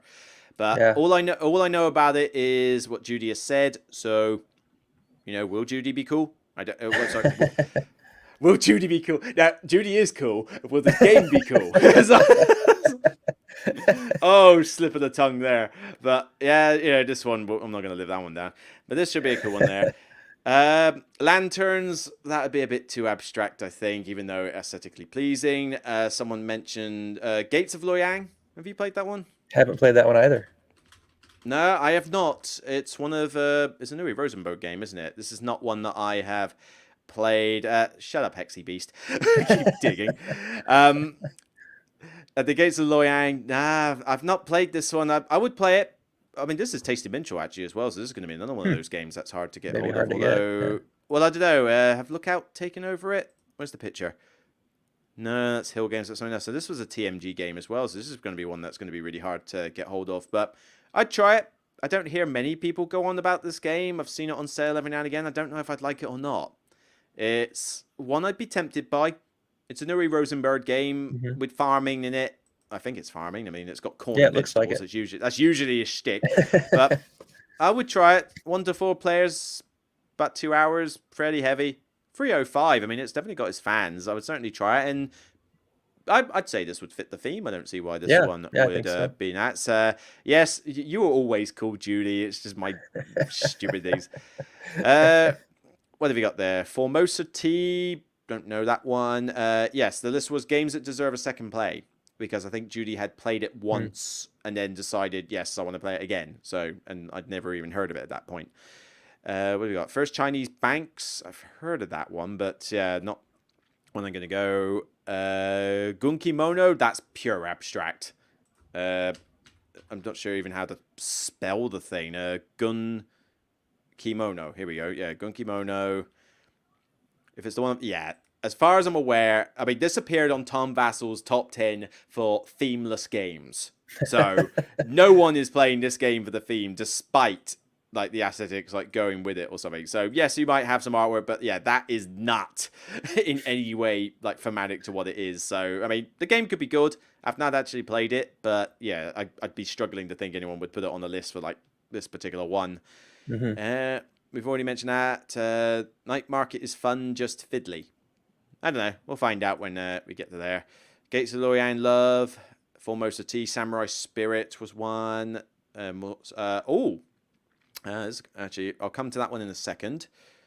Actually, Lena's asked a question, actually. This is for you. Have you played 100 Tori? I have not. I've seen a couple playthroughs of it online, and it looks like one that I would enjoy, but I haven't picked that one up yet. Is it a good one, Lena Kim? I've not played it myself. I'm guessing this is the game, the 100 Tori. Yeah. I'd never even heard of this one, despite the fact it came out last year. I mean, especially, you'd think that, I mean, Pencil First Games and Vincent Dutray artwork, I should have heard of this. Yeah. It just shows how many games remember a couple people. I remember a couple people putting playthroughs and reviews, but yeah, 2020 was a weird year, so a lot of things slipped through the cracks, I think. Yeah, I mean it looks pretty. And pencil first games are known for doing that's like the worst thing to have online. I mean, look at that. Look at that. Oh, hang on. Come back. What a waste of a TTS mod or whatever that is. But I mean, it looks very pretty. Components look cool. Scott Caputo designed this, did he? Hmm. Ew. I'm intrigued. Pencil first games do some nice small stuff. I mean, I've got Sunset Over Water there as a nice charming game, and I want to try Herbaceous. But Vintage Trait artwork means it will look pretty. Scott Caputo has made Whistle Stop and Whistle Mountain, which are two of my favorite games, you know. So, wow, this is. I'm going to write that down. 100 Tory. I got to look this one up. Yeah, it's already on my wish list, but my wish list is really long. Fair enough. As I say, Kabuki's asked a very good question that I'm definitely going to get to at some point. But I just wanted to, let's say, I'm going to do two more games that have been mentioned, and then we'll go on to that question, and then we'll wrap up at that point, I think. But the one that I did a preview for, which was Eternal Palace, gave it an 8 out of 10 based on sort of preview plays. I think this could work. I mean, it's a killer for Kingsburg, basically. That's what the game is. A light dice game, dice placement, go to different locations, get resources, and build stuff. It is basically a Kingsburg killer. Like, there is no reason to play Kingsburg when you have this. But you're going to get these cool little models. It's set in that area. I mean, the artwork totally brings out the flavor. You've got the various characters that you can get. And best of all, well, I mean, it is a bit of a gimmick. I don't know if they've got... I don't think they've got pictures of it. They've got limited pictures on BGG, but... Yeah, I can't see it, but you've got creating these like the picture. Yeah, I mean, you've got like the Asian characters that you can get for like different abilities and that, but it's the fact that like the panoramic thing, it's different here. You essentially build the painting. So Isn't it layered? Yeah, it's a total gimmick, but it's such a fun gimmick. Like, if I'm bored waiting for you to take your turn, I'm there messing around with the thing. And I was doing it when I got shown this by, I can't remember who showed me it, maybe the designer or somebody who was associated with Ali Cat. And while they're taking their turn, and I've already thought about what I'm doing, I'm then going back to my thing and going, I'm going to put that there. Because you get like the different layers of hills, you get some statues and some buildings, and yes, it's layered. So you can basically create your own little masterpiece. And it's the most addictive gimmick I've ever seen in a game. Just me like, it's like, Luke, it's your turn. Hang on.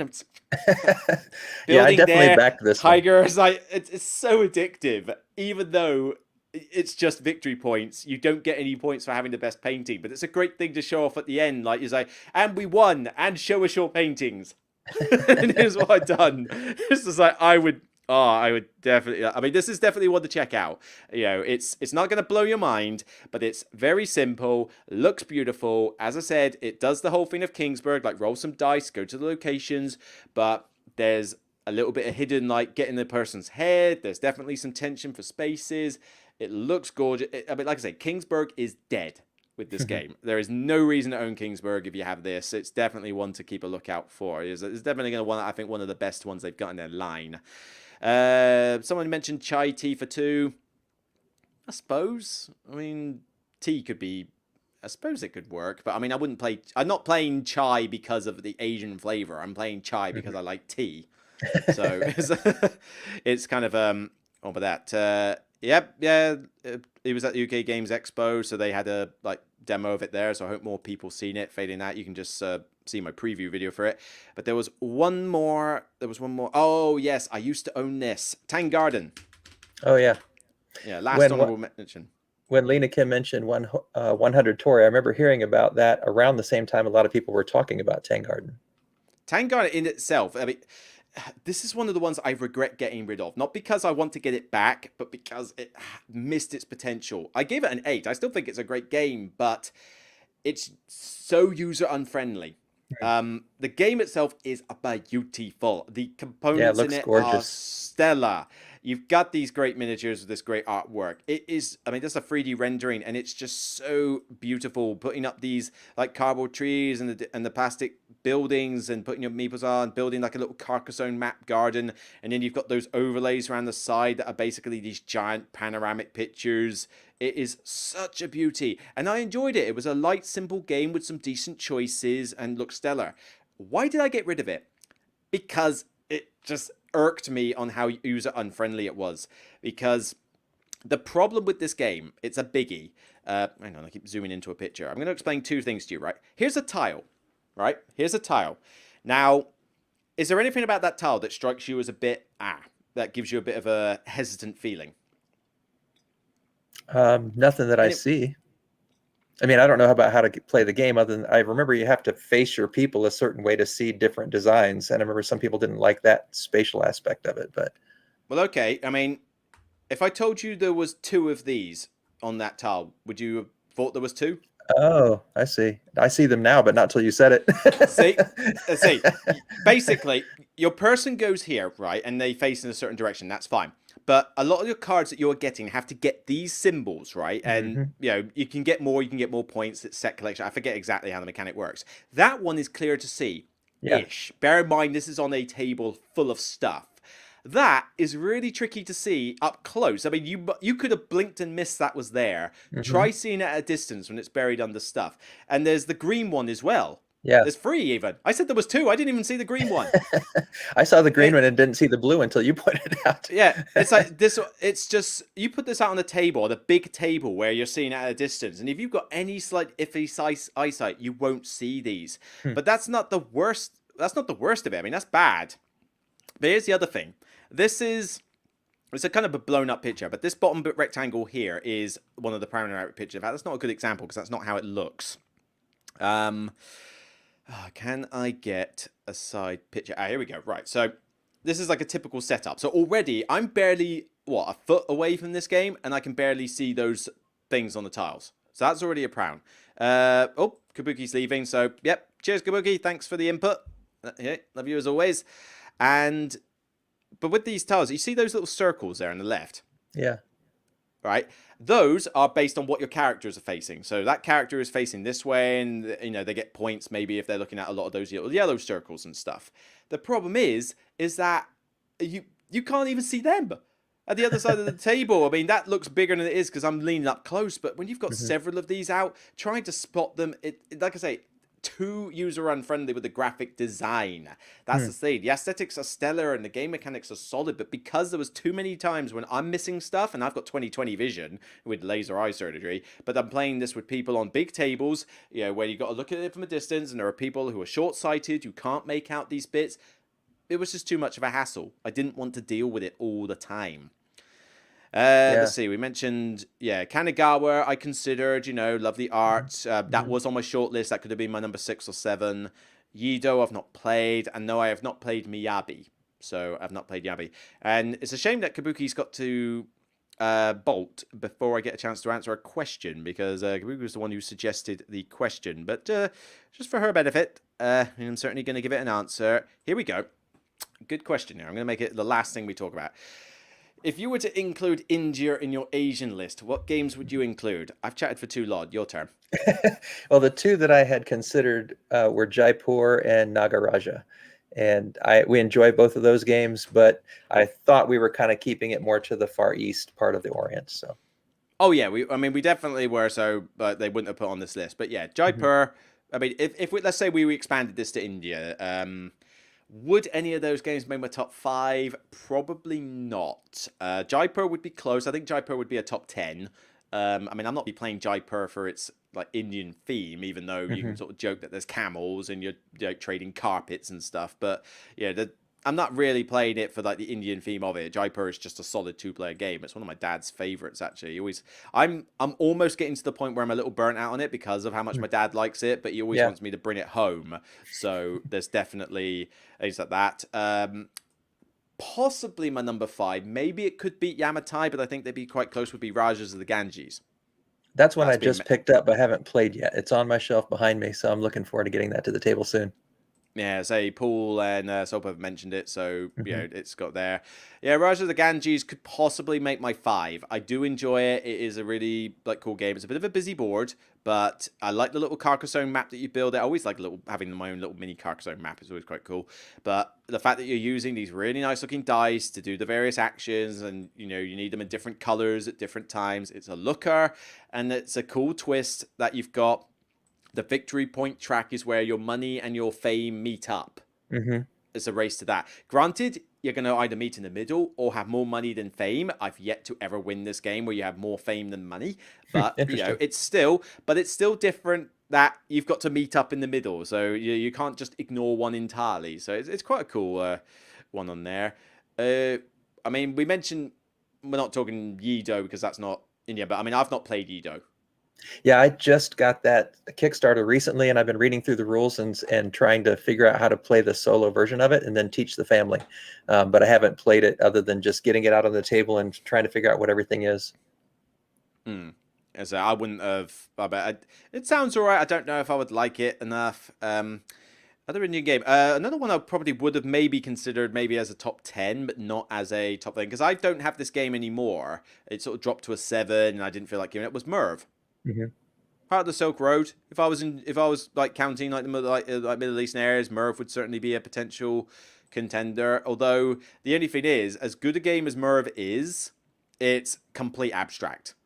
Like everything about this feels abstract. You are messing around with a grid in columns and rows. All the actions you do are basically tracks. Yes, it's got little camel meeples, but it doesn't feel like you're trading. It doesn't feel like you're doing anything remotely connected with the Merv like location or anything. So I just wouldn't have like gone anywhere near this as like the thematic side of things. Mm-hmm. Yeah, I haven't tried that one. We got the Buru. Oh yeah, I actually backed Buru. It is a recent Kickstarter, and it's got kind of an Indonesian setting with Indonesian artists and help with the design. So having lived there for over a decade, I definitely jumped on this one. I loved the art, and I don't know how much the theme is really going to come through in terms of feeling like Indonesia, but it definitely looks like Indonesia. Never heard of this one. This is completely new on me. I mean, I don't go mad on Kickstarters generally unless I get some days in, but I keep up with like Dice Tower crowdfunding now. But no, I wouldn't have heard of this one. Okay, interesting. What else we got before the Goa? I don't want to go anywhere near Goa. That just looks too bland for my liking. Agra is one that I've been tempted to buy at times. I don't know if I would like it or not. I mean, I don't know how strong the theme is in it. I suspect the theme is relatively strong because Quinnic games are pretty good on the theme. I know it's ridiculously heavy and quite fiddly, so I don't know if I would enjoy it for that much.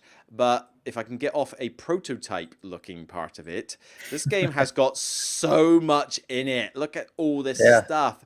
Look at this ridiculous like 3D structure that I'm sure isn't overly necessary, but it's there with tracks. And I mean, I don't know if I would like this or not, but I really do want to try it. I just don't want to be the person who buys it and reads the rules. I want someone to teach me this game at a convention, and then I'll be glad to play it. But I just want to do it because it looks so gorgeous. This has got Michael Menzel's name on it, and any board that Michael Menzel touches, Terramara I've got in my collection, and various other ones, any board he touches is just gold dust. Yeah, I'm excited about the Robin Hood game for the art alone. I was going to say, I've got Pillars of the Earth. That was another one of his. Yeah, that just works. Andor was another one too. Yes, I've seen Robin Hood up close. The artwork is again very good on that board. I don't know if I would enjoy the game enough, but yeah, it certainly does look nice. I've seen it up close, the Cosmos one. Julia, would Century series consider an Indian theme? No, because for two reasons. Firstly, like Splendor, it's a complete abstract game. You know, you are basically putting cubes for cubes for cubes, and then eventually you might get the card you want. You know, that is Century. Also, Century came out with Golem Edition. So just like what I said with Hanamakoji and how that changed the G-Shear Academy, like you could just outright change the theme. You know, Century Spice Road was the original version, but you can now get, where is it? Yeah, here you go. Well, here we go. Golem Edition. There you go. Totally take out the Indian theme. There you go. Now it's about golems. It's the exact same game. You know, that kind of says it all. You're not. I mean, it's got the Indian setting, but it's not the right there. Gugon. Interesting choice. All right, I probably lied about doing more honorable mentions. We got up to 2 hours. It's funny. We finished we started honorable mentions in live chat at 1 hour 10. We've gone over this a lot. It's gone almost as long as our list. I like I say, all my streams end up taking near the 2 hour mark. I don't care. I enjoy it. Hopefully, you've got nowhere else to be because No, it's all I got to Saturday, go. so Well, it's like middle of the day in your place. All I've got to yep. look forward to is time stamping this, getting it fully uploaded to YouTube, and then going to bed. That's like my thing. But Gugon's okay. I gave it a 6. I think it's fine. I just wouldn't seek it out. I think this would count. Yeah, I It's think so. definitely I haven't got played it. yeah, it's got a bit of flavor in there. It's I think it's like a mixture of like card placement and dice. No, it's not dice. I forget what the thing is. It's been so long since I played it.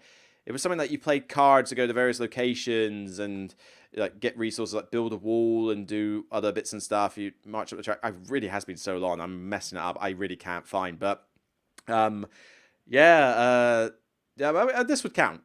Yeah, It's abstracted to a point, but I think if I could put something like Yamatai on the list, I think Gugon would be perfectly fine. It would be fine. Uh, I think somebody, Zob's mentioning. I've never heard of this game, but you can bet that I've not played any war style or weird like game like that. Anything that has a date in the title or anything by GMT Games. I've got Dominant Species, Marine on the thing, but stuff like this, like Gandhi, the decolonization. I mean, this is the thing. Just call the game Gandhi. There you go. I don't need this stupid tagline to say Gandhi, the decolonization of British India, 1917 to 1947, 3 p.m. to 5 p.m. at the down the street. I don't need the stupidly long tagline for this game because as soon as I see this date, I know it's going to be a game I'm going to hate. Like, this is going to be one of those really in-depth war games or political style games like Twilight Struggle or something. It's going to be pushing cubes. I mean, I'm looking at this and it's not exactly a looker for me. It's pushing us. I have no idea what the decolonization of British India was. I mean, my history knowledge sucks. I am not a history person, and I wouldn't know the first thing about any of the theme of this game. It looks ridiculously complicated. I mean, would I enjoy it? I don't know. Somebody showed me the Churchill years or whatever it was called, and that was okay, but I didn't care about the war theme in it. I think I just cared more about what was I doing, messing around with the political senate or something. But like I say, I mean, that game was way too long for what it was. Is that I just don't go. I've got Dominant Species Marine on the shelf. I want to try play that because that's an okay. Dominant Species was fine, but I don't go for these GMT historical themed stuff like Twilight Struggle and these like insert date here. I mean, GMT have got so many of these. Granted, if you were to do a list and you were to include Indian games, of course, this would be absolutely perfect. You could easily do that, but I'm not a fan of the coin framework. It's just not for me. yeah, I've never heard of this game, and I haven't tried any of the coin style games yet. So, For that, what was it? We love these streams for that reason, and it's fun to chat. Say it's fun to chat with you all as well. So just me, it's always good laugh. Blackout Hong Kong. No. I mean, this is about as bad as Deception Murder in Hong Kong in terms of it just. I mean, Deception Murder in Hong Kong, if it didn't have the Chinese writing on it for the multi-language thing, I would forget it was even in Hong Kong. Like, it really doesn't give out that thing at all. And bearing in mind, the Western reprint was called CS Files. So, I didn't even know that. it's like, it wasn't even necessary. Blackout Hong Kong is an Alexander Pfister game, and I mean, I'm not the biggest fan of his works. Maybe 4 is a bit harsh. Maybe I'd give it a 5, I don't know. But Blackout Hong Kong doesn't even feel like anything about Hong Kong in it. I mean, for starters, you can't even see anything. So it's just pitch black. It's like, yay! Hong Kong, obviously! I've heard a lot of people talk about this and like it, and I looked at it, and when I just saw the pictures, I thought, so it just didn't appeal to me. People like it because there's so many Alexander Pfister fanboys out there. But I like a couple of his games, but it's not my style. But I've played this game, and it's okay, but man, I can't stand these aesthetics. I mean, this is the better version, right? This is a second edition version, I think. The first edition, you could barely make out that map at all. Like, things blended in with the black map, because I know it's trying to simulate a blackout, but, do I need to quote, Jurassic Park here or something? Just because they could didn't mean that they should. It's like yes, you can make a game about a blackout and put it in that blackout theme, but it doesn't mean you really should. It's like it's not going to work. But this game was all right.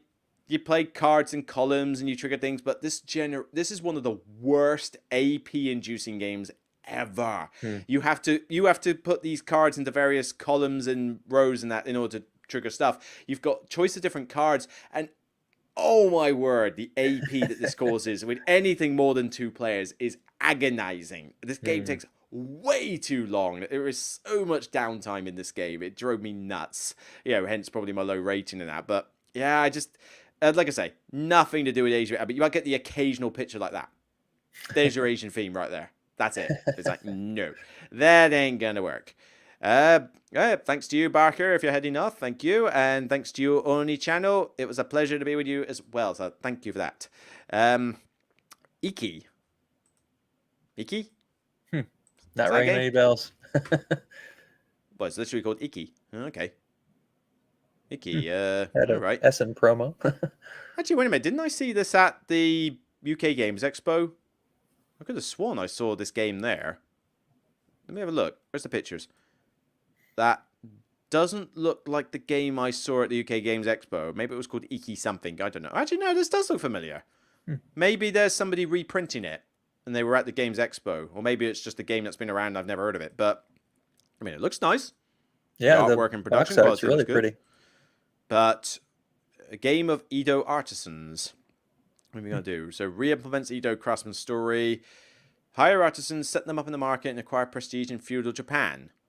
Okay. I mean, if the theme comes out well and it's not just a complete abstract game, I suspect that could work. And, of course, people have mentioned Sushi Go Party. Yes, I did consider that one because I do have it and I do like it, but you could change it to any type of food. You could make it about a McDonald's restaurant and it would probably still fit. Granted, I love seeing all the little pictures of the sushi and it's great for... I taught my nephews this and they've liked it. In fact, my family have enjoyed this one so much. It's a nice simple one. I've had to buy a copy for my parents. I've had to buy the little one. I've got Sushi Go Party. I've had to get a copy of Sushi Go Party for my brother's fiance. I've had to buy 2 copies of this for my fiance's friends. So they're using my Zatu code like crazy just to buy multiple copies of Sushi Go Party. It's definitely hit with a few of them there. And we've played a lot of Sushi Go and Sushi Roll here at our family too. That's the thing, and thanks to you, Lydia. Nice to catch you live. I used to watch these a few days afterwards. Yeah, I get it. If you can't sit here for 2 hours, I totally understand. And if your time zones are not good, then most people watch after the fact. But thank you for checking it out live. It's good to see some new faces here. I think this is probably a good time to wrap up. Otherwise, we're going to be here forever. So, yeah, thank you everybody for joining in for this. This has been a blast. Hopefully, you've enjoyed yourself, Billy. Yeah, very much so. Thanks for inviting me. Don't just say, nah, this has been good. And like I say, this is Billy's choice for the list. My Patreons never suggested one, and I wouldn't have even thought of it at first. So this has been quite enlightening, actually, because I already know like my 5 to 10 games I like from an Asian theme, but you've given me, apart from 4 Gardens, which is a bit more recent than I'd heard of, you've given me like some completely new titles, 2 of which I want to play ASAP. I probably never will because of like TMG and that. Hard to find, yeah. I know. If somebody shows me Jiraku, I want to try it because that looked quite cool. That was pretty good fun. But yeah, I mean, no, there's been quite enlightening with all of these. And I say the collabs are good. I mean, I thought we were doing good for time earlier because I thought, wow, we're like an hour and a quarter and we finished the list already. And then it's like, yeah, and then I can't stop yabbering. So nah, this has been good.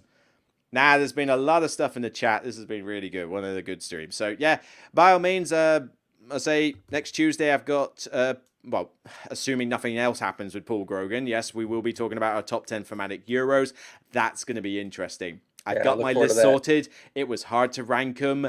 I can't imagine what Paul's going to do in theme because I thought he was more a mechanical Euro person. So is this going to be interesting? Yeah, I cannot wait to see what that is. And like I say, a lot of people are waiting for fun in that. But obviously, yep. I need to get more people on here, so I'm sure the Nerd Shells and I will do something again soon. I'm trying to get Coverage Studios on here, so and I would love to see Board Gaming Ramblings come back on here as well. I don't know why they're so busy. I want them back on here because I'm sure we could argue until like the cows come home. But yeah, definitely want to get more people on. In fact, actually, I think Side Game. Side Game LLC. Not familiar. I recognized all the other ones you said, but not that one. It's a fairly small one. He's got like a little business thing, but I did a top 10 with him about campaign games back in March. So okay, I must have missed that one. Yeah.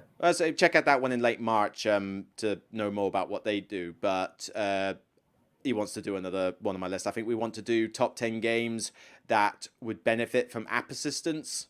Oh, So kind of going along down the Mansions of Madness line. We've got it in the yeah. works. We haven't set a date, but I think that's going to be our list. So that should be pretty good. And yes, as Judy says, we want to chat again soon. So yeah, we definitely need to think of a top 10 that we could do. Although Yeah. with 3 of us, it's definitely going to be top 5. Unless you two do a combined list, it's got to be top 5, because you can imagine us talking about 30 games. We will be here all night. But that'll be pretty sweet. So yeah, and apparently Board Gaming Ramblings are on holiday, but what, for the last 3 months? I don't know, but I love him. I'll see him at Essen, but yeah, I'd love to get him back on the show. But yeah, thank you, Billy. Like I say, Thank check you. out his channel, Billy Indiana.